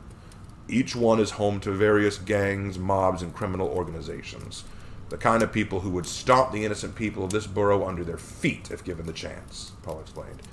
Now, Zhong is located right in the middle, as you can see, where the 2 major highways between the city intersect and converge, making it to the literal epicenter and focal point for commerce and travel. Also, since we have the larger park and circus area, it's the city's central point of outdoor entertainment. But of these gangs and crime groups, we also are the checkpoint for their drug and contraband trafficking. What's that mean, though? I asked through a mouthful of spaghetti. It means, Tomaki, that these gangs, to them, whoever occupies and controls Zhong, our borough, controls the trafficking through the city, Paul snapped. Small groups of criminals and gang members have been popping up in town and making a ruckus to try and gain street cred and reputation, Victoria explained. But this is nothing new, really. I mean, they've always done stuff like this, and the police could usually handle it, but something happened that changed everything. What happened? The Golden Warrior incident happened, Paul hissed. It was all a domino effect. As soon as a superhuman entity arrived on the scene, every mob and crime syndicate with the money and resources began pumping up some of their own members and hitmen to contend with this new contingency. I gulped a little, nearly choking on spaghetti as I realized just what he was saying. This was my fault. My Super Saiyan battle had sent a message to the gangs and crime families that they needed to upgrade and improve their weapons and men to match superhuman levels. There have been various appearances of mutants, cyborgs, robotic soldiers, and strange weapons of various kinds and make that level entire blocks. These groups have caused massive damage in their own respective cities, and now the war is back on for control of our little borough. They haven't brought too many of their superhuman forces down on us yet, but if they do, we'll be completely overwhelmed. What have the police done about it? I asked. There's not a lot they can do, Tomaki, Victoria muttered. There's been budget cuts from higher-ups to try and placate some of the more ferocious and destructive gangs and criminal groups. We simply lack the financial resources to keep up with this kind of threat. And some of the police have gone dirty just so they can save their own skins. It's been almost completely hopeless until now. She grabbed my shoulder and looked to her dad. Dad, Tomaki can help. Those thugs don't stand a chance against him. You should have seen him back there when... Absolutely not.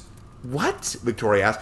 Dad, you keep going on every day about how you need reinforcements, more good cops. Well, with Tomaki, you don't need them. I will not have a superhuman vigilante running around my city. It's not that I don't think he can deal with these thugs. It's that if he does, He was interrupted by the sound of his phone ringing. Excuse me. He stood up and answered the phone quickly. Hello? I'm sorry, Tomaki. Dad's being a pain in the... What? Victoria fell silent and looked up to where her father was. His face was riddled with horror. Where? All right. Tiger Park, I'm on my way now. Tell Titus not to move until I get there. Get the civilians out of the area and seal it off. He hung on the phone and turned to Victoria and Tomaki. I have to go. What's happened? The She Triads, at least 10 of them, all armed with guns, and they have taken a foothold in Tiger Park, and they're holding several people hostage. Why? To gain cred? Make a name for themselves? I don't know, and I don't particularly care right now. Tomaki should... No! Paul snapped. I don't want either of you near this. He then ran out the door. I'll be back later tonight. When the door slammed shut, Victoria hissed furiously and stood up. Who does he think he is? Victoria, calm down. How can I be calm? Dad is so stubborn. Why won't he let you help? You can take care of those punks in 5 seconds. I know. We should go anyway. You can fly to Tiger Park and we'll take them down. Show Dad what you can do. I stared at her for a moment, but didn't tell her what I was thinking. In truth, I'd already planned on flying over there. Despite what Victoria's father said, I had not spent 3 years training to turn a blind eye to my own hometown. Quite the opposite.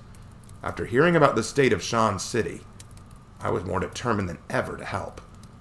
I'll go, but it might be too dangerous for you, I stated. No way, I'm not sitting this one out. Victoria, I'm going, Tomaki. I found myself smirking at her expression. Well, I can see you're just as stubborn as your dad. I stood up from the table and looked outside. It was dark out. Very dark. Perhaps I could drop Victoria off a few blocks away from the action for her own safety when there was no one could see her. All right, let's go.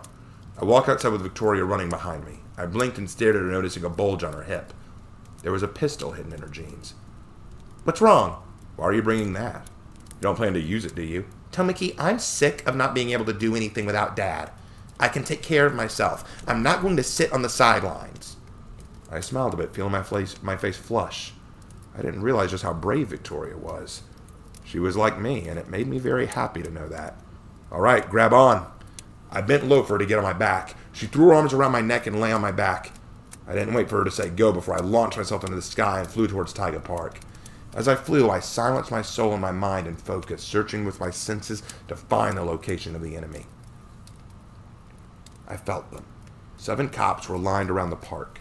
At least 40 civilians were running from the park as well. Within the park were 9 hostages, terrified by the feat of their spirits. I could also feel the cold and malicious spirits of 11 others. 11? Didn't Paul say there were 10? I could also feel that one of these 11 stood out from the others. His energy was strong and violent. Something was wrong. You're pretty quiet, Tomaki. What is it? Something's not right. Didn't get enough to eat or something? She teased. I smirked back at her and nodded. I didn't want to tell her the truth. I didn't want to worry her. I took a moment to prepare my heart and body as I picked up speed and soared for Tiger Park and this new threat.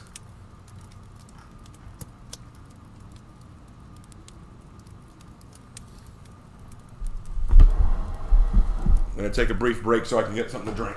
Then we'll read Chapter 8. One moment.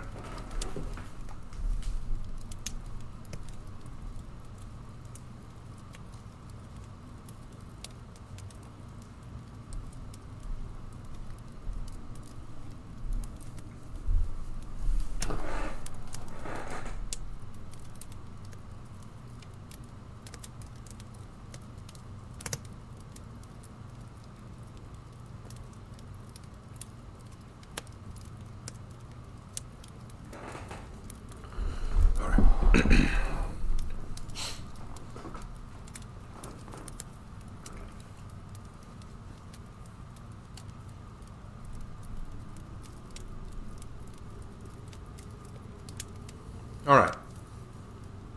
Back to it. Chapter 8. The feeling was getting stronger. A feeling of unease and something terrible waiting for us. I could feel the malice in the air, and the closer I flew to Taiga Park, the stronger and more profound it was becoming. I felt the weight of Victoria on my back as she hung on, looking down at the ground as buildings, homes, cars, and trees all blurred past us. She was smiling despite the tension in the air. To her, flying was something extraordinary.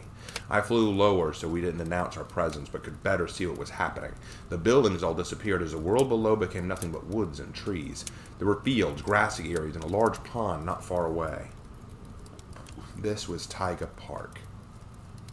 Taiga Park was a community park located in the center of the Zhong Borough. It was a popular community activity location and picnic spot. There were at least 3 playgrounds for children, a large pond, and a gazebo, which was a popular date location. I'd been there several times with Mom in the past for picnics and just for me to play. I liked it there, and as the memories came back to me, I quickly tried to push them back aside. Memories of Belle right now were a bit too painful for my stomach. "Are you okay?" Victoria asked, apparently noticing my uneasiness. "Sorry, something isn't right. I sense 10 ordinary people down there, but there's one more there with a very powerful energy level. It's stronger than the others by a good margin." "You mean you can sense people's energy?" "Yeah, a trick I picked up from Shaolin training." "You trained in a temple with the Shaolin?" "We can discuss my trip later." "Do you have any idea why I'm reading such a strong energy?" I asked. Victoria shrugged. "It could be a mutant or a cybernetic human. Like Dad said earlier, the gangs and organizations have upped their stakes in arsenal since the event 3 years ago. They've been passing out like these mutagen drugs like they're candy." I was quickly reminded how this was caused by a Super Saiyan incident. I felt a pang of guilt, but swallowed it down. "Right. Then in that case, it's not a good idea for you to get too close. I'm going to put you down near the tree line." I expected her to protest, but she said nothing as I descended down and sat her down on the dirt near the edge of the trees. I looked ahead and could see through the dark of the evening and the flashing blue and red lights of police cars, and there was a lot of shouting in that direction. "Stay here, okay?" "I won't get in your way, but be careful, Tomaki." "Oh, and Tomaki?" "Yeah?" "I'm glad you're back. Give 'em hell." I smiled at her, a sudden tremble running through my body at her words. I felt an odd sensation, something alien to me, but I liked it. It made my palms sweaty and my heart skip a beat. I felt this way before, back when she climbed on my back the first time. How is Victoria doing this to me? Why did I feel these things when she smiled like that? I didn't have time to ponder these things, though. I had a job to do, and a promise to keep. I turned and rocketed through the air to the source of the energy. I saw them. 10 men wielding firearms and standing guard around a group of men and women cowering and trembling in fear. The police were on the scene stationed near the street, cutting along the outside of the park. I aimed for the center of the group of hostages to hide among them. I dropped down, the dark of the night covering me as I landed. Waiting for my opening, I dropped in and knelt beside one of the women while the gunmen weren't looking. I found that quite often these goons failed to look up at the sky, especially at night. "Hey, don't panic. My name is Tomaki. Is anyone hurt?" The woman didn't answer at first, but whispered her response. "They just started rounding us up. They said they'd shoot anyone that runs." "Don't worry about that. When I give the word, all of you run away towards the pond, all right?" "But they'll shoot us." "No, they won't. Trust me." As I said this, I stood up and marched towards the closest gunman. He turned to notice me. "What are you doing? Get back with the others before Ah!" I grabbed him by his throat and threw him with all my might into a tree. At the sound of the thud he made, all the other gunmen rounded on me. "I guess I have your attention now? May I politely request you drop your weapons?" "You bastard!" Well, that's a no, I guess. They began firing their weapons immediately, and I spun and struck. The closest fell first as I kicked his gun away, and then spun on my kicking leg to bring my heel up and strike him in the chin. The second one was a bit too far for a strike, so I built up my ki into my palm and expelled it in a solitary blast that hit his gun and blew it to dust. Without his weapon, I closed the distance, yanked his arm up and punched him hard in the stomach, lifting him up and throwing him into his partner behind him. In less than 5 seconds, I dispensed with 4 of the gang. Only 6 remained, and then that mysterious 11th member. The remaining gang members raised their guns, preparing to fire. Normally this wouldn't bother me, but there were hostages here too. A stray bullet might hit one of them and it would be a blood on my hands. I had to move fast and be precise. The moment they fired, I leapt in the way of their bullets and took them all in the chest. They stung like bees, but it was no different than the bee training I had undergone in the jungles of China.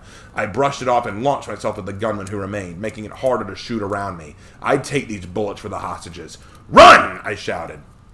The hostages took a moment to register what was going on, but soon were on their feet and sprinting for the pond as I had instructed. I smiled as my plan was beginning to unfold beautifully, but my smile vanished when I saw a large armored car following after them. The 11th guy must have remained in the car to take care of any runners. I let out a roar and blasted the gunmen near me off their feet before I shot after it and landed in front of the vehicle, cutting it off. I pulled back both my arms and formed my fingers into a claw-like position, charging my key up to my arm and my hand. I threw my hand forward with my key packed up into my palm, ready to burst forwards. Shoten! A white light exploded from my hand and struck the armored car, tossing it backwards like a foam toy. I smirked to myself as I saw the goons still standing, all backing away from me in fright. This felt good. Being able to make a difference, and having the chance to use my skills in a real situation. I wasn't just fighting bullies on the playground anymore. I was fighting real armed thugs. Really saving lives. You watching, Mom? I'm making something of myself. Why, you little brat! I spun around at the sound of the voice, just in time to see a fist slam hard into my cheek. I grunted in pain as I was thrown backwards by the force. With a great effort, I stopped myself and looked at my attacker. But I could feel him before I saw him. It was that 11th energy that I felt. To say he was tall was an understatement. He must have stood at nearly 9 feet. He was clad in heavy armor from his shoulders down to his thighs. In his right hand was a large weapon that reminded me of a glaive or some kind of spear. However, the sheer size of it told me it was far heavier than a simple spear. He was carrying it rather easily with one hand, so he must be really strong. His eyes were cold and dark, and his black hair was cut close to his head. He had a vicious sneer on his face that looked both menacing and also very annoying. I wanted to punch this guy just looking at him. Where the hell did you come from? I grew up here. The real question is, what are you doing here? I snapped. Komodo never mentioned you. He'll have a lot to answer for. But I'll deal with him later. Time for you to leave, kid. He raised his spear and brought it down on my head. I leapt aside just in time as it left a massive gash in the ground where I had been. That weapon would actually do damage if it hit me. I lunged at him and slammed my fist hard into his gut, but all that happened was his metal armor simply gonged loudly and he laughed. That the best you can do? The hell kind of armor is that? They call me the tank for a reason, kid. My body armor can take a grenade explosion from point-blank range. I'm invincible! The tank grabbed me and slammed me to the ground with as much ease as he would have done a rag doll. I rolled aside and elbowed him in the ankle, and he let go of me, grunting in pain. His feet were the only places he didn't have armor, but a fat lot of good that would do me. Get him, Tank! One of the thugs shouted. Smash him into piece! Just kill him already! I heard their jeers, but I didn't care. My mind was already focusing on how to get through that armor. I could use the Shoten attack again, but it might do more than destroy his armor. It might kill him. I couldn't risk that. As I stared at his armor and watched him rush towards me, spear ready to gut me, I thought back to my training. Hayato, his words, his advice, his training. It all rang in my head and played like an old recording. Remember, Tomaki, power isn't all that counts. Precision is vital. After all, the only way to break down a wall is to strike the same point repeatedly. Don't just focus on hitting hard. Focus on hammering in each blow in the same point. I had no time to think. The spearhead was closing in and I had seconds to react. I had one more trick to try, but it would need exactly what Hayato had said. Precision. I dodged aside from the thrusting weapon and brought my open palm forward in a thrusting motion, striking him in the chest with my palm. He smirked at my strike and shook his head. You just don't get it, do you? My armor... He stumbled backwards in pain and clutched his chest. What'd you do to me? I pulled my palm back and exhaled slowly. It had worked. Your ki is a powerful weapon, Tomaki, but you focus far too much on expelling it into simple blasts or direct assaults. There'll be times such attacks won't work. The direct approach isn't always the right one, Hayato had explained. But I only know how to shoot ki in explosive ways. What other way can I do it? Reduce your power and increase your focus. Imagine if you could focus your ki into a small drill-like burst, a penetrating burst that could strike through armor, flesh, like a spear or a javelin. It wouldn't require force, just accuracy and focus. That sounds incredible. Can you teach me? Patience, Tomaki. will begin immediately. I was panting heavily, glaring down at the wound. I just shot a high-focus key blast through that armor and into your core. No matter how strong or tough you might be, you can't strengthen your internal organs. Though I spoke triumphantly, I was feeling the side effects. Summoning up that kind of power and focusing it so tightly cost a great deal of energy. Not only that, but it had a recoil effect that did damage to my own arm in exchange. My Saiyan endurance helped me endure it, but my arm was quivering uncontrollably now. I couldn't try to do that again. Not until I'd had time to rest. You little... Oh! He gagged, struggling to get back to his feet. There was no telling just how much pain he was in. I probably used more force than I needed to. He needed medical attention soon. He screamed and thrust his spear once more at me, and I leapt aside. And as I did, he fell on his face, his strength gone and his body rejecting him. Tank!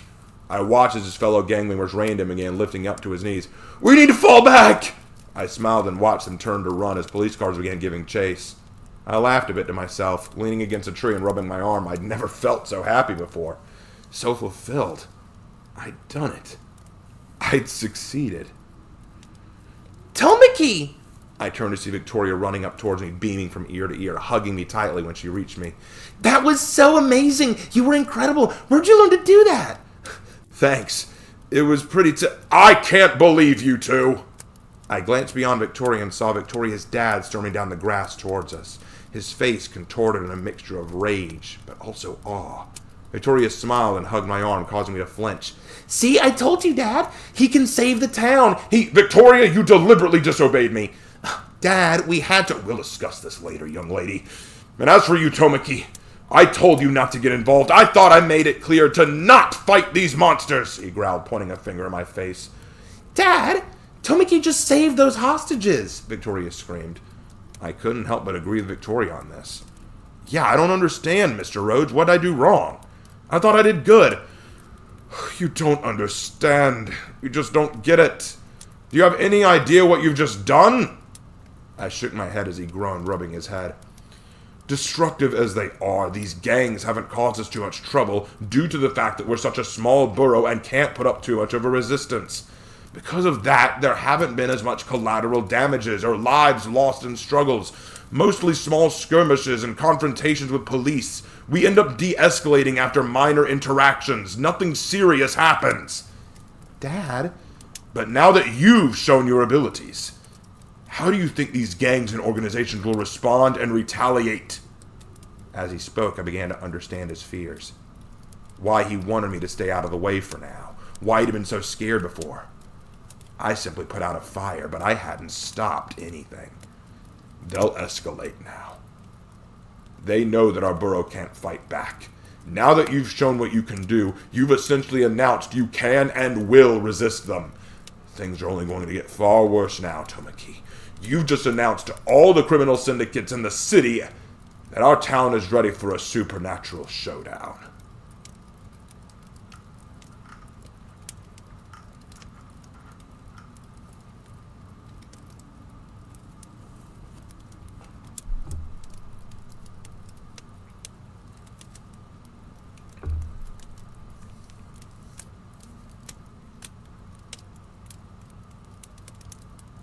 Chapter 9. In the heart of Shi Borough, there is a restaurant called the Jade Dragon. It's a Japanese grill that has 2 floors. The top floor is reserved for a group of very special guests who do business there. Those guests were there right now. All of them were seated in a darkly lit room with a table between them. Though it held glasses of water, in reality the table is almost a barrier to keep them from each other. Waiters hardly went up to check on them out of fear, for the room was thick with bloodlust. There were 5 individuals in the room. 2 were women, the rest were men. One of the men sat furthest from the door, leaning back to his face was shrouded in the shadow of the window. He listened to the others talk in silence. I don't understand it, one of the women spoke up. The Shan police have worked with us well in the past, and suddenly they go and arrest Tank? We can't blame the police for that. Tank got too excited when he and his boys got into town and decided to flex his muscles a little, which drew the attention of another warrior. One of the men growled. According to our intel, he was beaten by some boy. The group murmured darkly, and one of the younger-looking women laughed. A boy? Are you serious? That's not possible. It is. Everyone fell silent and looked to the man in the shadows. It's not only possible, but it's more than likely that that is the case. But how? We of all people should know that the age where size and strength determine power is long gone. With new technology, mutations, and proper funding, even an ant can topple an elephant, the shadowy man responded. Tank was a fool, an archaic boor who flexed his muscles too often and charged into fights without considering his opponent's strength. His loss is of no consequence to our plans. The room said nothing, but all gulped a little as the dark man hissed his short explanation. However, why were we not made aware of this boy? I thought we had up-to-date intel on the goings-on in Shan. It's not our fault, boss, one of the women shouted. Komodo didn't give us the proper intel. Yeah, Komodo was in charge of keeping us up-to-date on the situation in Shan. Maybe he deliberately kept information from us. Komodo wouldn't do that. He's our ally. Ha! He'd stab his own mother in the back as long as he gets what he wants out of Shan. Who's to say he's not holding out on us now? He's a slimy... Enough. Everyone fell silent again as a strange, shadowy man snapped. Komodo has not turned on us. He has no reason to. We have an arrangement with him that he knows he cannot simply ignore. I do not believe Komodo was aware of this development. With that said, in future we must have more thorough intel gathered before we make moves of that nature. Right, sir. Cassandra, pay a visit to Komodo and get him up to speed on what's happened. And have him do some digging into this boy. Do we have a name? Tomaki, the taller man in the room smirked. Supposedly he was a former student at the school, but he's got some odd habits. Think he's a mutant? It's possible, the shadow man nodded. But until we know more, we're to play this one with kid gloves. We'd be foolish to provoke a sleeping beast we cannot identify. But come on, boss. You said yourself Tank was useless. Let me go down and squash that bug and remind the cops in Shan that we own their ass. Atlas, the man whispered, cutting off Atlas's words. You are not to make a move until I say so. Is that clear? But boss, Tank was one of my boys. We do not know our enemy's strength, and we also do not know his weaknesses. Until Komodo reports in with this vital intel, we will not antagonize the enemy. Am I understood? The last words were uttered in such a vicious snarl that Atlas instantly gulped and nodded. Yes, sir. I'm sorry, sir. Good. The shadowy man leaned forward slightly and opened his eyes to reveal they were blood red. In the meantime, we have the Gemini twins contact our associates in Non-City. Tell them that our shipment has been delayed and that they will be compensated for their patience. They won't be happy to hear it, but they'll listen. Or else. Right, the shorter man who had defended Komodo squeaked. I'll let them know immediately. See that you do. Listen to me, all of you, the man announced. The loss of Tank is of no consequence. A mere drop of water lost in the sand. But that said, we must make an example of this Tomaki. Once Komodo gives us the information we need, I shall have one of you deal with him, personally, and use him as an example for the people of Shan. Can I do it, boss? Atlas smiled. Seeing as Tank was one of my underlings, I feel it's my duty to get revenge for him. Of course, Atlas. But be sure to leave Shan in one piece. We can't benefit off a destroyed ghost town. Absolutely, sir. Good. You're dismissed until further notice. All men and women stood to leave, but one stopped and looked at their leader with a smug sneer. And what will you do, Mamaragon? The shadowy figure from Mamaragon looked up with his blood-red eyes, and he smiled, his grin visible in the shadows. I will wait. The storm is not yet ready. I wish to see how things play out and determine our next course of action. Now go. I sat with Victoria in her home as she had her head in her hands and her eyes were downcast. Her foot tapped nervously as her father was on the phone in the other room. I couldn't hear what he was saying, but he sounded upset, and I suppose I couldn't blame him too much. Victoria groaned and shook her head. I really screwed up, huh? She asked. No, I think I was the one who screwed up. I shouldn't have gone running off to fight those guys. But I told you to. I could have said no. You'd say no to me? Victoria teased. I smiled a little and shook my head. In truth, it wouldn't have mattered what she had said. I would have gone anyway. I was about to answer her when I heard the phone in the other room click off with a beep and the sound of angry footsteps drawing closer. Victoria's father dropped himself down into an armchair and rubbed his forehead. He reached to the small table beside the chair and grabbed an old-fashioned-looking smoking pipe and lit it, taking it in his teeth as he puffed it. The gangster Donald Crendall, a.k.a. Tank, has been apprehended and locked up. He's in the DA's hands now. DA? I asked. District Attorney's Office, Victoria giggled. Didn't you even go to school? Oh, wait, that's right. You've been gone for 3 years. He's not going to be that caught up in his studies, you know, Victoria argued. Her father nodded with an apologetic sigh. Right. Regardless, what you did was reckless and dangerous, Tomaki. Your actions could have gotten one or more of those hostages hurt or killed. Not to mention the amount of power you displayed was unreal. What if you'd killed Tank or his associates? You're not an executioner, Tomaki. I don't intend to be. I don't want to kill anyone. I just want to help protect this town. Well, why? He asked. That's the part I don't get.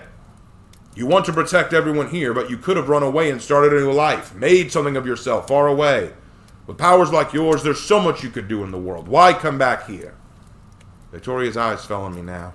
It seemed she was quite interested in my answer. My mother, Belle, she took me in when she didn't have to. I was an alien child, born and bred to destroy, but she took me in anyway. Despite all the problems I gave her and all the hell I raised, she loved me and cared for me. And in the end, she put her life on the line for me. With each word I spoke, the pipe in the old man's mouth dropped a little, as if he could realize that this question had been misplaced. I want to do what she did for me. Put my life on the line for this town. I want to help people. I think that's what Mom would want. When I finished, I stood up and bowed a little. Thank you for your kindness, and I'm sorry for causing you so much trouble. However, no matter what these gangs and organizations throw, I will take them down. I turned to walk out the door, putting them behind me. Wait a minute, he shouted after me. Look, I still don't like the fact that you're turning into a vigilante. I'm not sure that's really what Belle wanted from you. But I can't deny that perhaps we really do need your skills. The She-Triads have been growing in power, and I have no doubt they will avenge the rest of their man. If ever there was a time for someone like you, it is now. I smiled and turned to face him again. I extended my hand to shake his, and he took it. Call me Chief Rhodes from now on. Yes, sir, Chief Rhodes, I agreed. Victoria gave a light squeal and hugged the both of us at the same time. I'm so proud of you two. I know this is a good idea. You won't regret it. Don't celebrate too quickly there, sweetheart. There are still a few things we need to sort out, Chief Rhodes responded. For one thing, Tomaki, you can't live here. Where will you stay? At my mom's place, I guess. It is still available, right? Well, some people felt it would be in poor taste to sell the house since she left it to you, and since it's been gone so long, it was given back to the state, so I'm afraid not. You fled before Belle's will could be read. She left her home and her belongings to you in her will. However, she didn't want you to continue your education, so that means you had to be put back in school. School? Damn it, I can't believe I have to go back to that. I suppose that's a no about you wanting.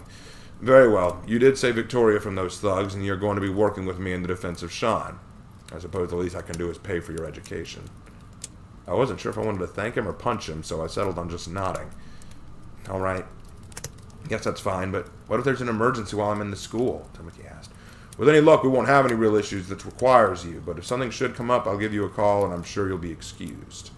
He then gave me a very stern look. And on that note, I want to make something clear. I'm letting you help in the defense of this town, but the police is still the law around here. Do not act on your own without approval. We do not need to flaunt the fact that we have a superhuman warrior fighting for us. We're not looking for fights, Tomaki. Are we clear? Crystal? He huffed a bit and walked back to the kitchen. Come on, I'll walk you outside, Victoria said. Victoria and I walked out the door and down the sidewalk outside of her house. Victoria stopped and I turned to look at her. She was beaming at me, pride behind her eyes. The night was engulfing everything around us, but her smile shone like the sun. Tomaki, I can't tell you how great it is to have you back. Dad may not say it, but I know he's relieved to have you around. Well, I'm going to do what I can. Victoria frowned, and I bit and rubbed her arm. What's wrong? It's just that Dad didn't tell you everything. Well, what did he leave out? It hasn't been confirmed with real evidence yet, but we're pretty sure that the She Triads are our biggest threat right now. There are other crime groups and gangs, but none have caused as much trouble as the Triads. I think Dad is worried they're going to up their game now that you're here, and if they send one of their leaders, I'll beat them. I'm not afraid. I know you aren't, and that's why I'm so jealous of you, but Tomaki, you need to know, the leaders of the Triads are really powerful. Some are mutants, some have weird weapons. One of them came here a year ago, and he was the scariest person I've ever seen. They called him Atlas, and he... Vicky, I snapped, using her nickname that she hated. She paused, and I smiled at her again. It's going to be all right. We're both pretty tired. Let's talk again later, okay? Once we're rested. Okay. Fine. Thank you. She hugged my middle and flushed once more until she let go and hurried back inside. I watched her go, and I became aware of the pounding of my heart. What on earth does that girl do to me when she does that? I'll talk to Master Hayato about it sometime. I turned and launched myself into the air, flying back towards Bella's house. My old house. I felt the fatigue catching up with me. I flew to it, then remembered once again that it was not my house anymore. The idea of even going back into it bothered me. The memories were catching up. I didn't want to meditate on them. I didn't want to think about them. Even if the house were available to me, I couldn't stay at it any longer. I'd stay at Hayato's place. It was the best option for now. But as I flew to Hayato's, Victoria's face kept flashing before my eyes.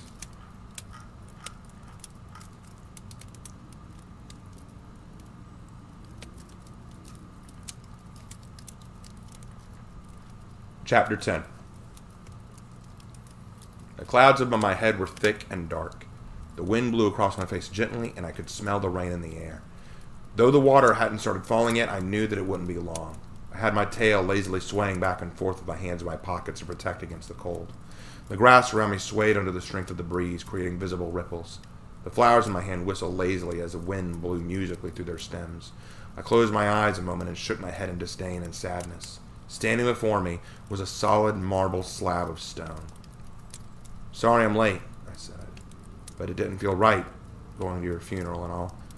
You always knew I wasn't one for those big emotional things." I glanced down and shrugged my shoulders. "I'm taller now. I've grown up since you last saw me. In more ways than one, too. I'm a lot smarter now." I tried to smile and joke, but staring at the gravestone kept rubbing the smile off my face. I knelt down in front of the stone and sighed, finally losing the humorous banter. "You always wanted me to keep going to school, so I'm going to. I owe you that much. I still don't see much use in it, but I'll keep going, you know. I don't really know what to say to you, Mom." I paused and shook my head. I don't know why I can't just tell you everything. It's like I know what I want to say, but it doesn't feel right to say it. I can say sorry, but it doesn't really matter, does it? I want to tell you how much I miss you, but I don't know if you can even hear me from where you are. There's so much I want to say, and I don't have the time to do it. But I'm going to try. I cleared my throat and glanced at the flowers in my hands that were gently fluttering around in the stormy wind. I was a bad son to you, Mom. I was violent, reckless, rude, mean. I could go on, but you know what I mean. But despite all I did, you never hated me for it. You could have thrown me out onto the streets any time you wanted. But you loved me and you cared for me. You saved me from myself and from, well, everything.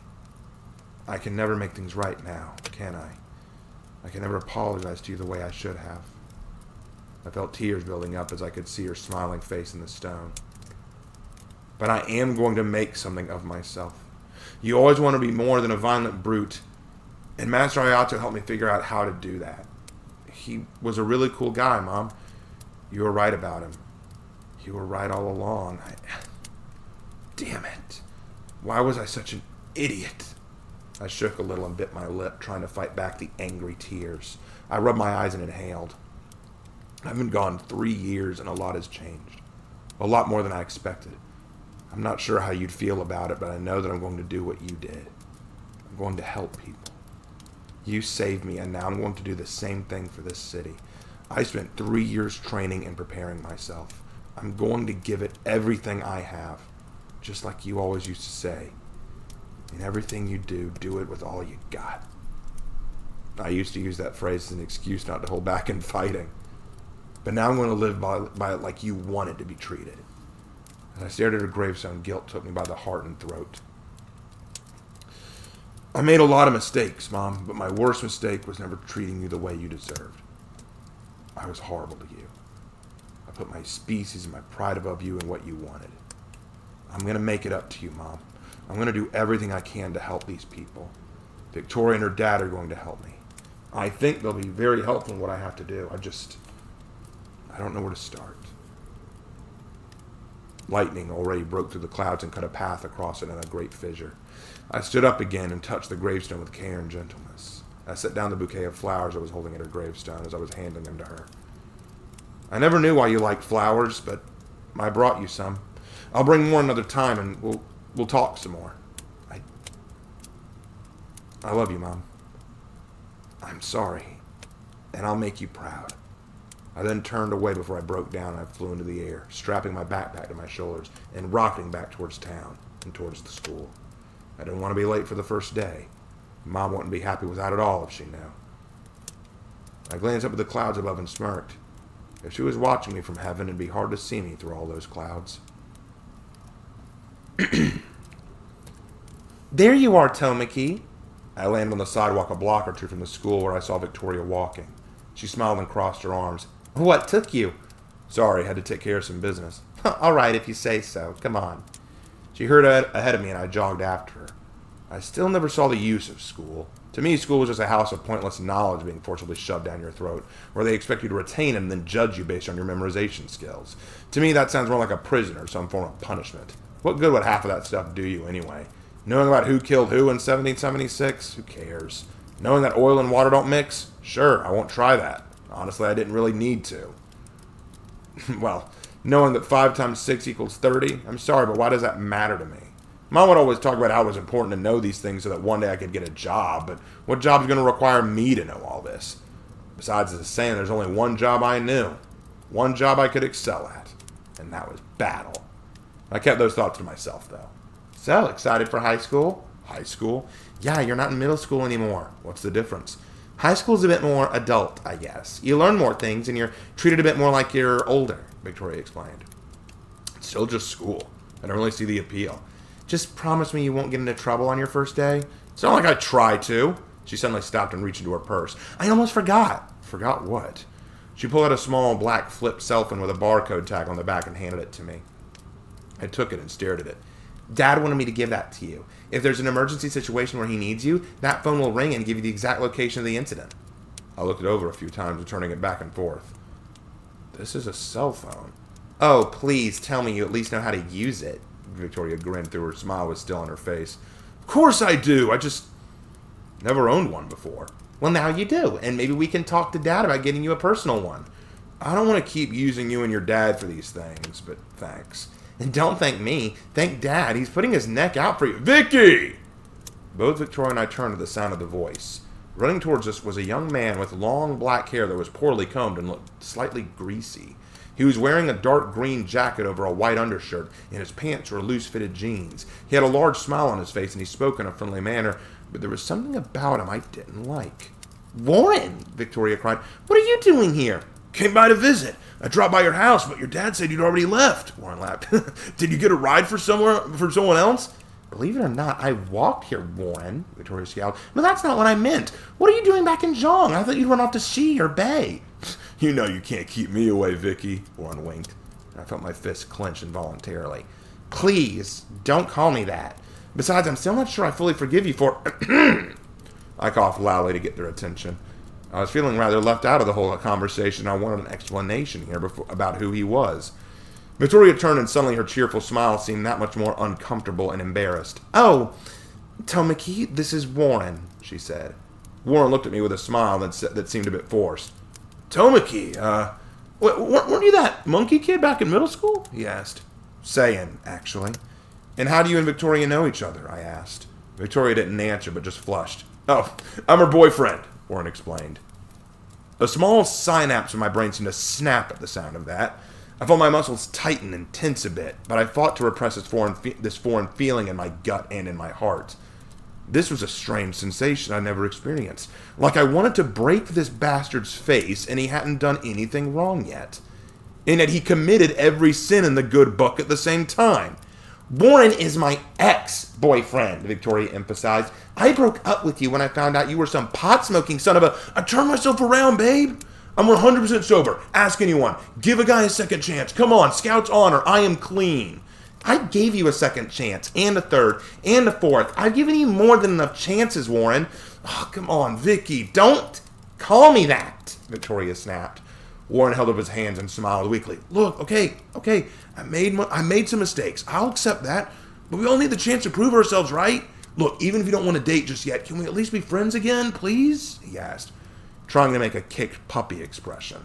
I snarled at his pathetic advances and excuses, wanting nothing more than grab him and kick his perfect teeth across the city. Victoria groaned and shook her head. I can't bring myself to trust you, Warren. Not yet. Just don't give me a reason to call my dad on you again. Thanks, babe. I appreciate it. Really, Stop calling me babe. Okay, deal. No more. Want me to walk you to school? Warren asked. That's what Tomaki's here for, she motioned back to me. Warren glanced at me with an amused smirk, but that smirk didn't carry to his eyes. His eyes were cold and malicious. This person had no love or compassion in his heart for anyone but Victoria. I returned his glare with my own. As I've heard it put before, we stared daggers at each other.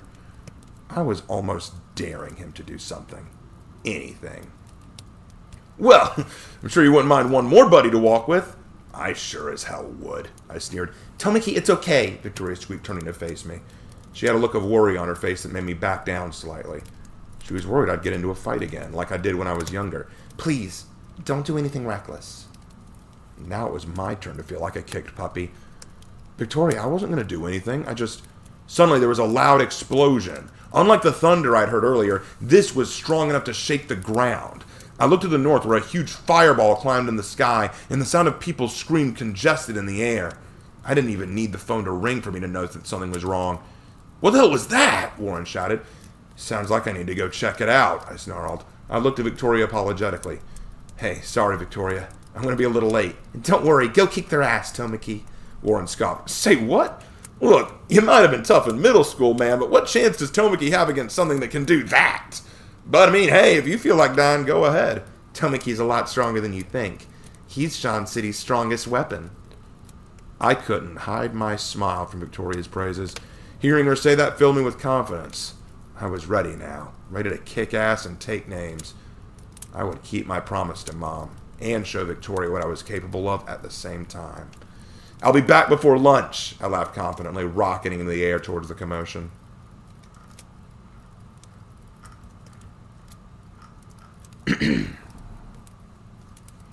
And that, ladies and gentlemen, was Chapter 10 of the Tale of Tomaki, where we will wrap up for the night. So, while I get a drink to rest my aching throat, what did y'all think of the first 10 chapters of this story?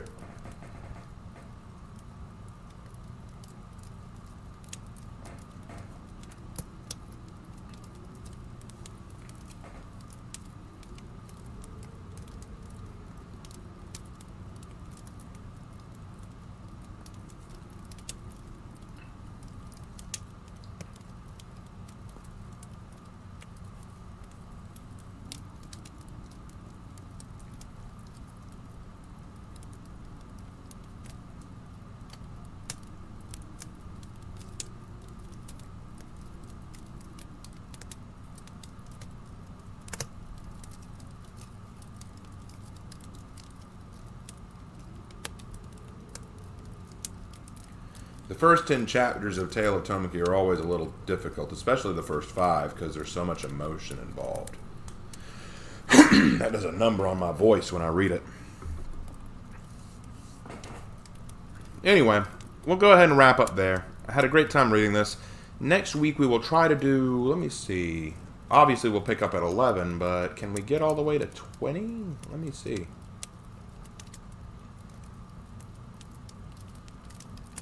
If we go at 11, Chapter 20.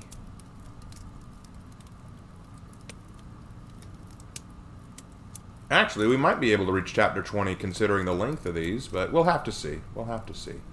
In any event, we will go ahead and end this now before we get too far into anything else. Alright, thank you guys so much for watching. Had a great time. Love doing these reading streams. Tomorrow is Tuesday. I should be able to stream tomorrow. It'll probably be For Honor, because we still want to take advantage of that For Honor XP Fest. But we will see. And yeah, that's it. Thank you guys so much. And as always, I will see you in my next video. Take care.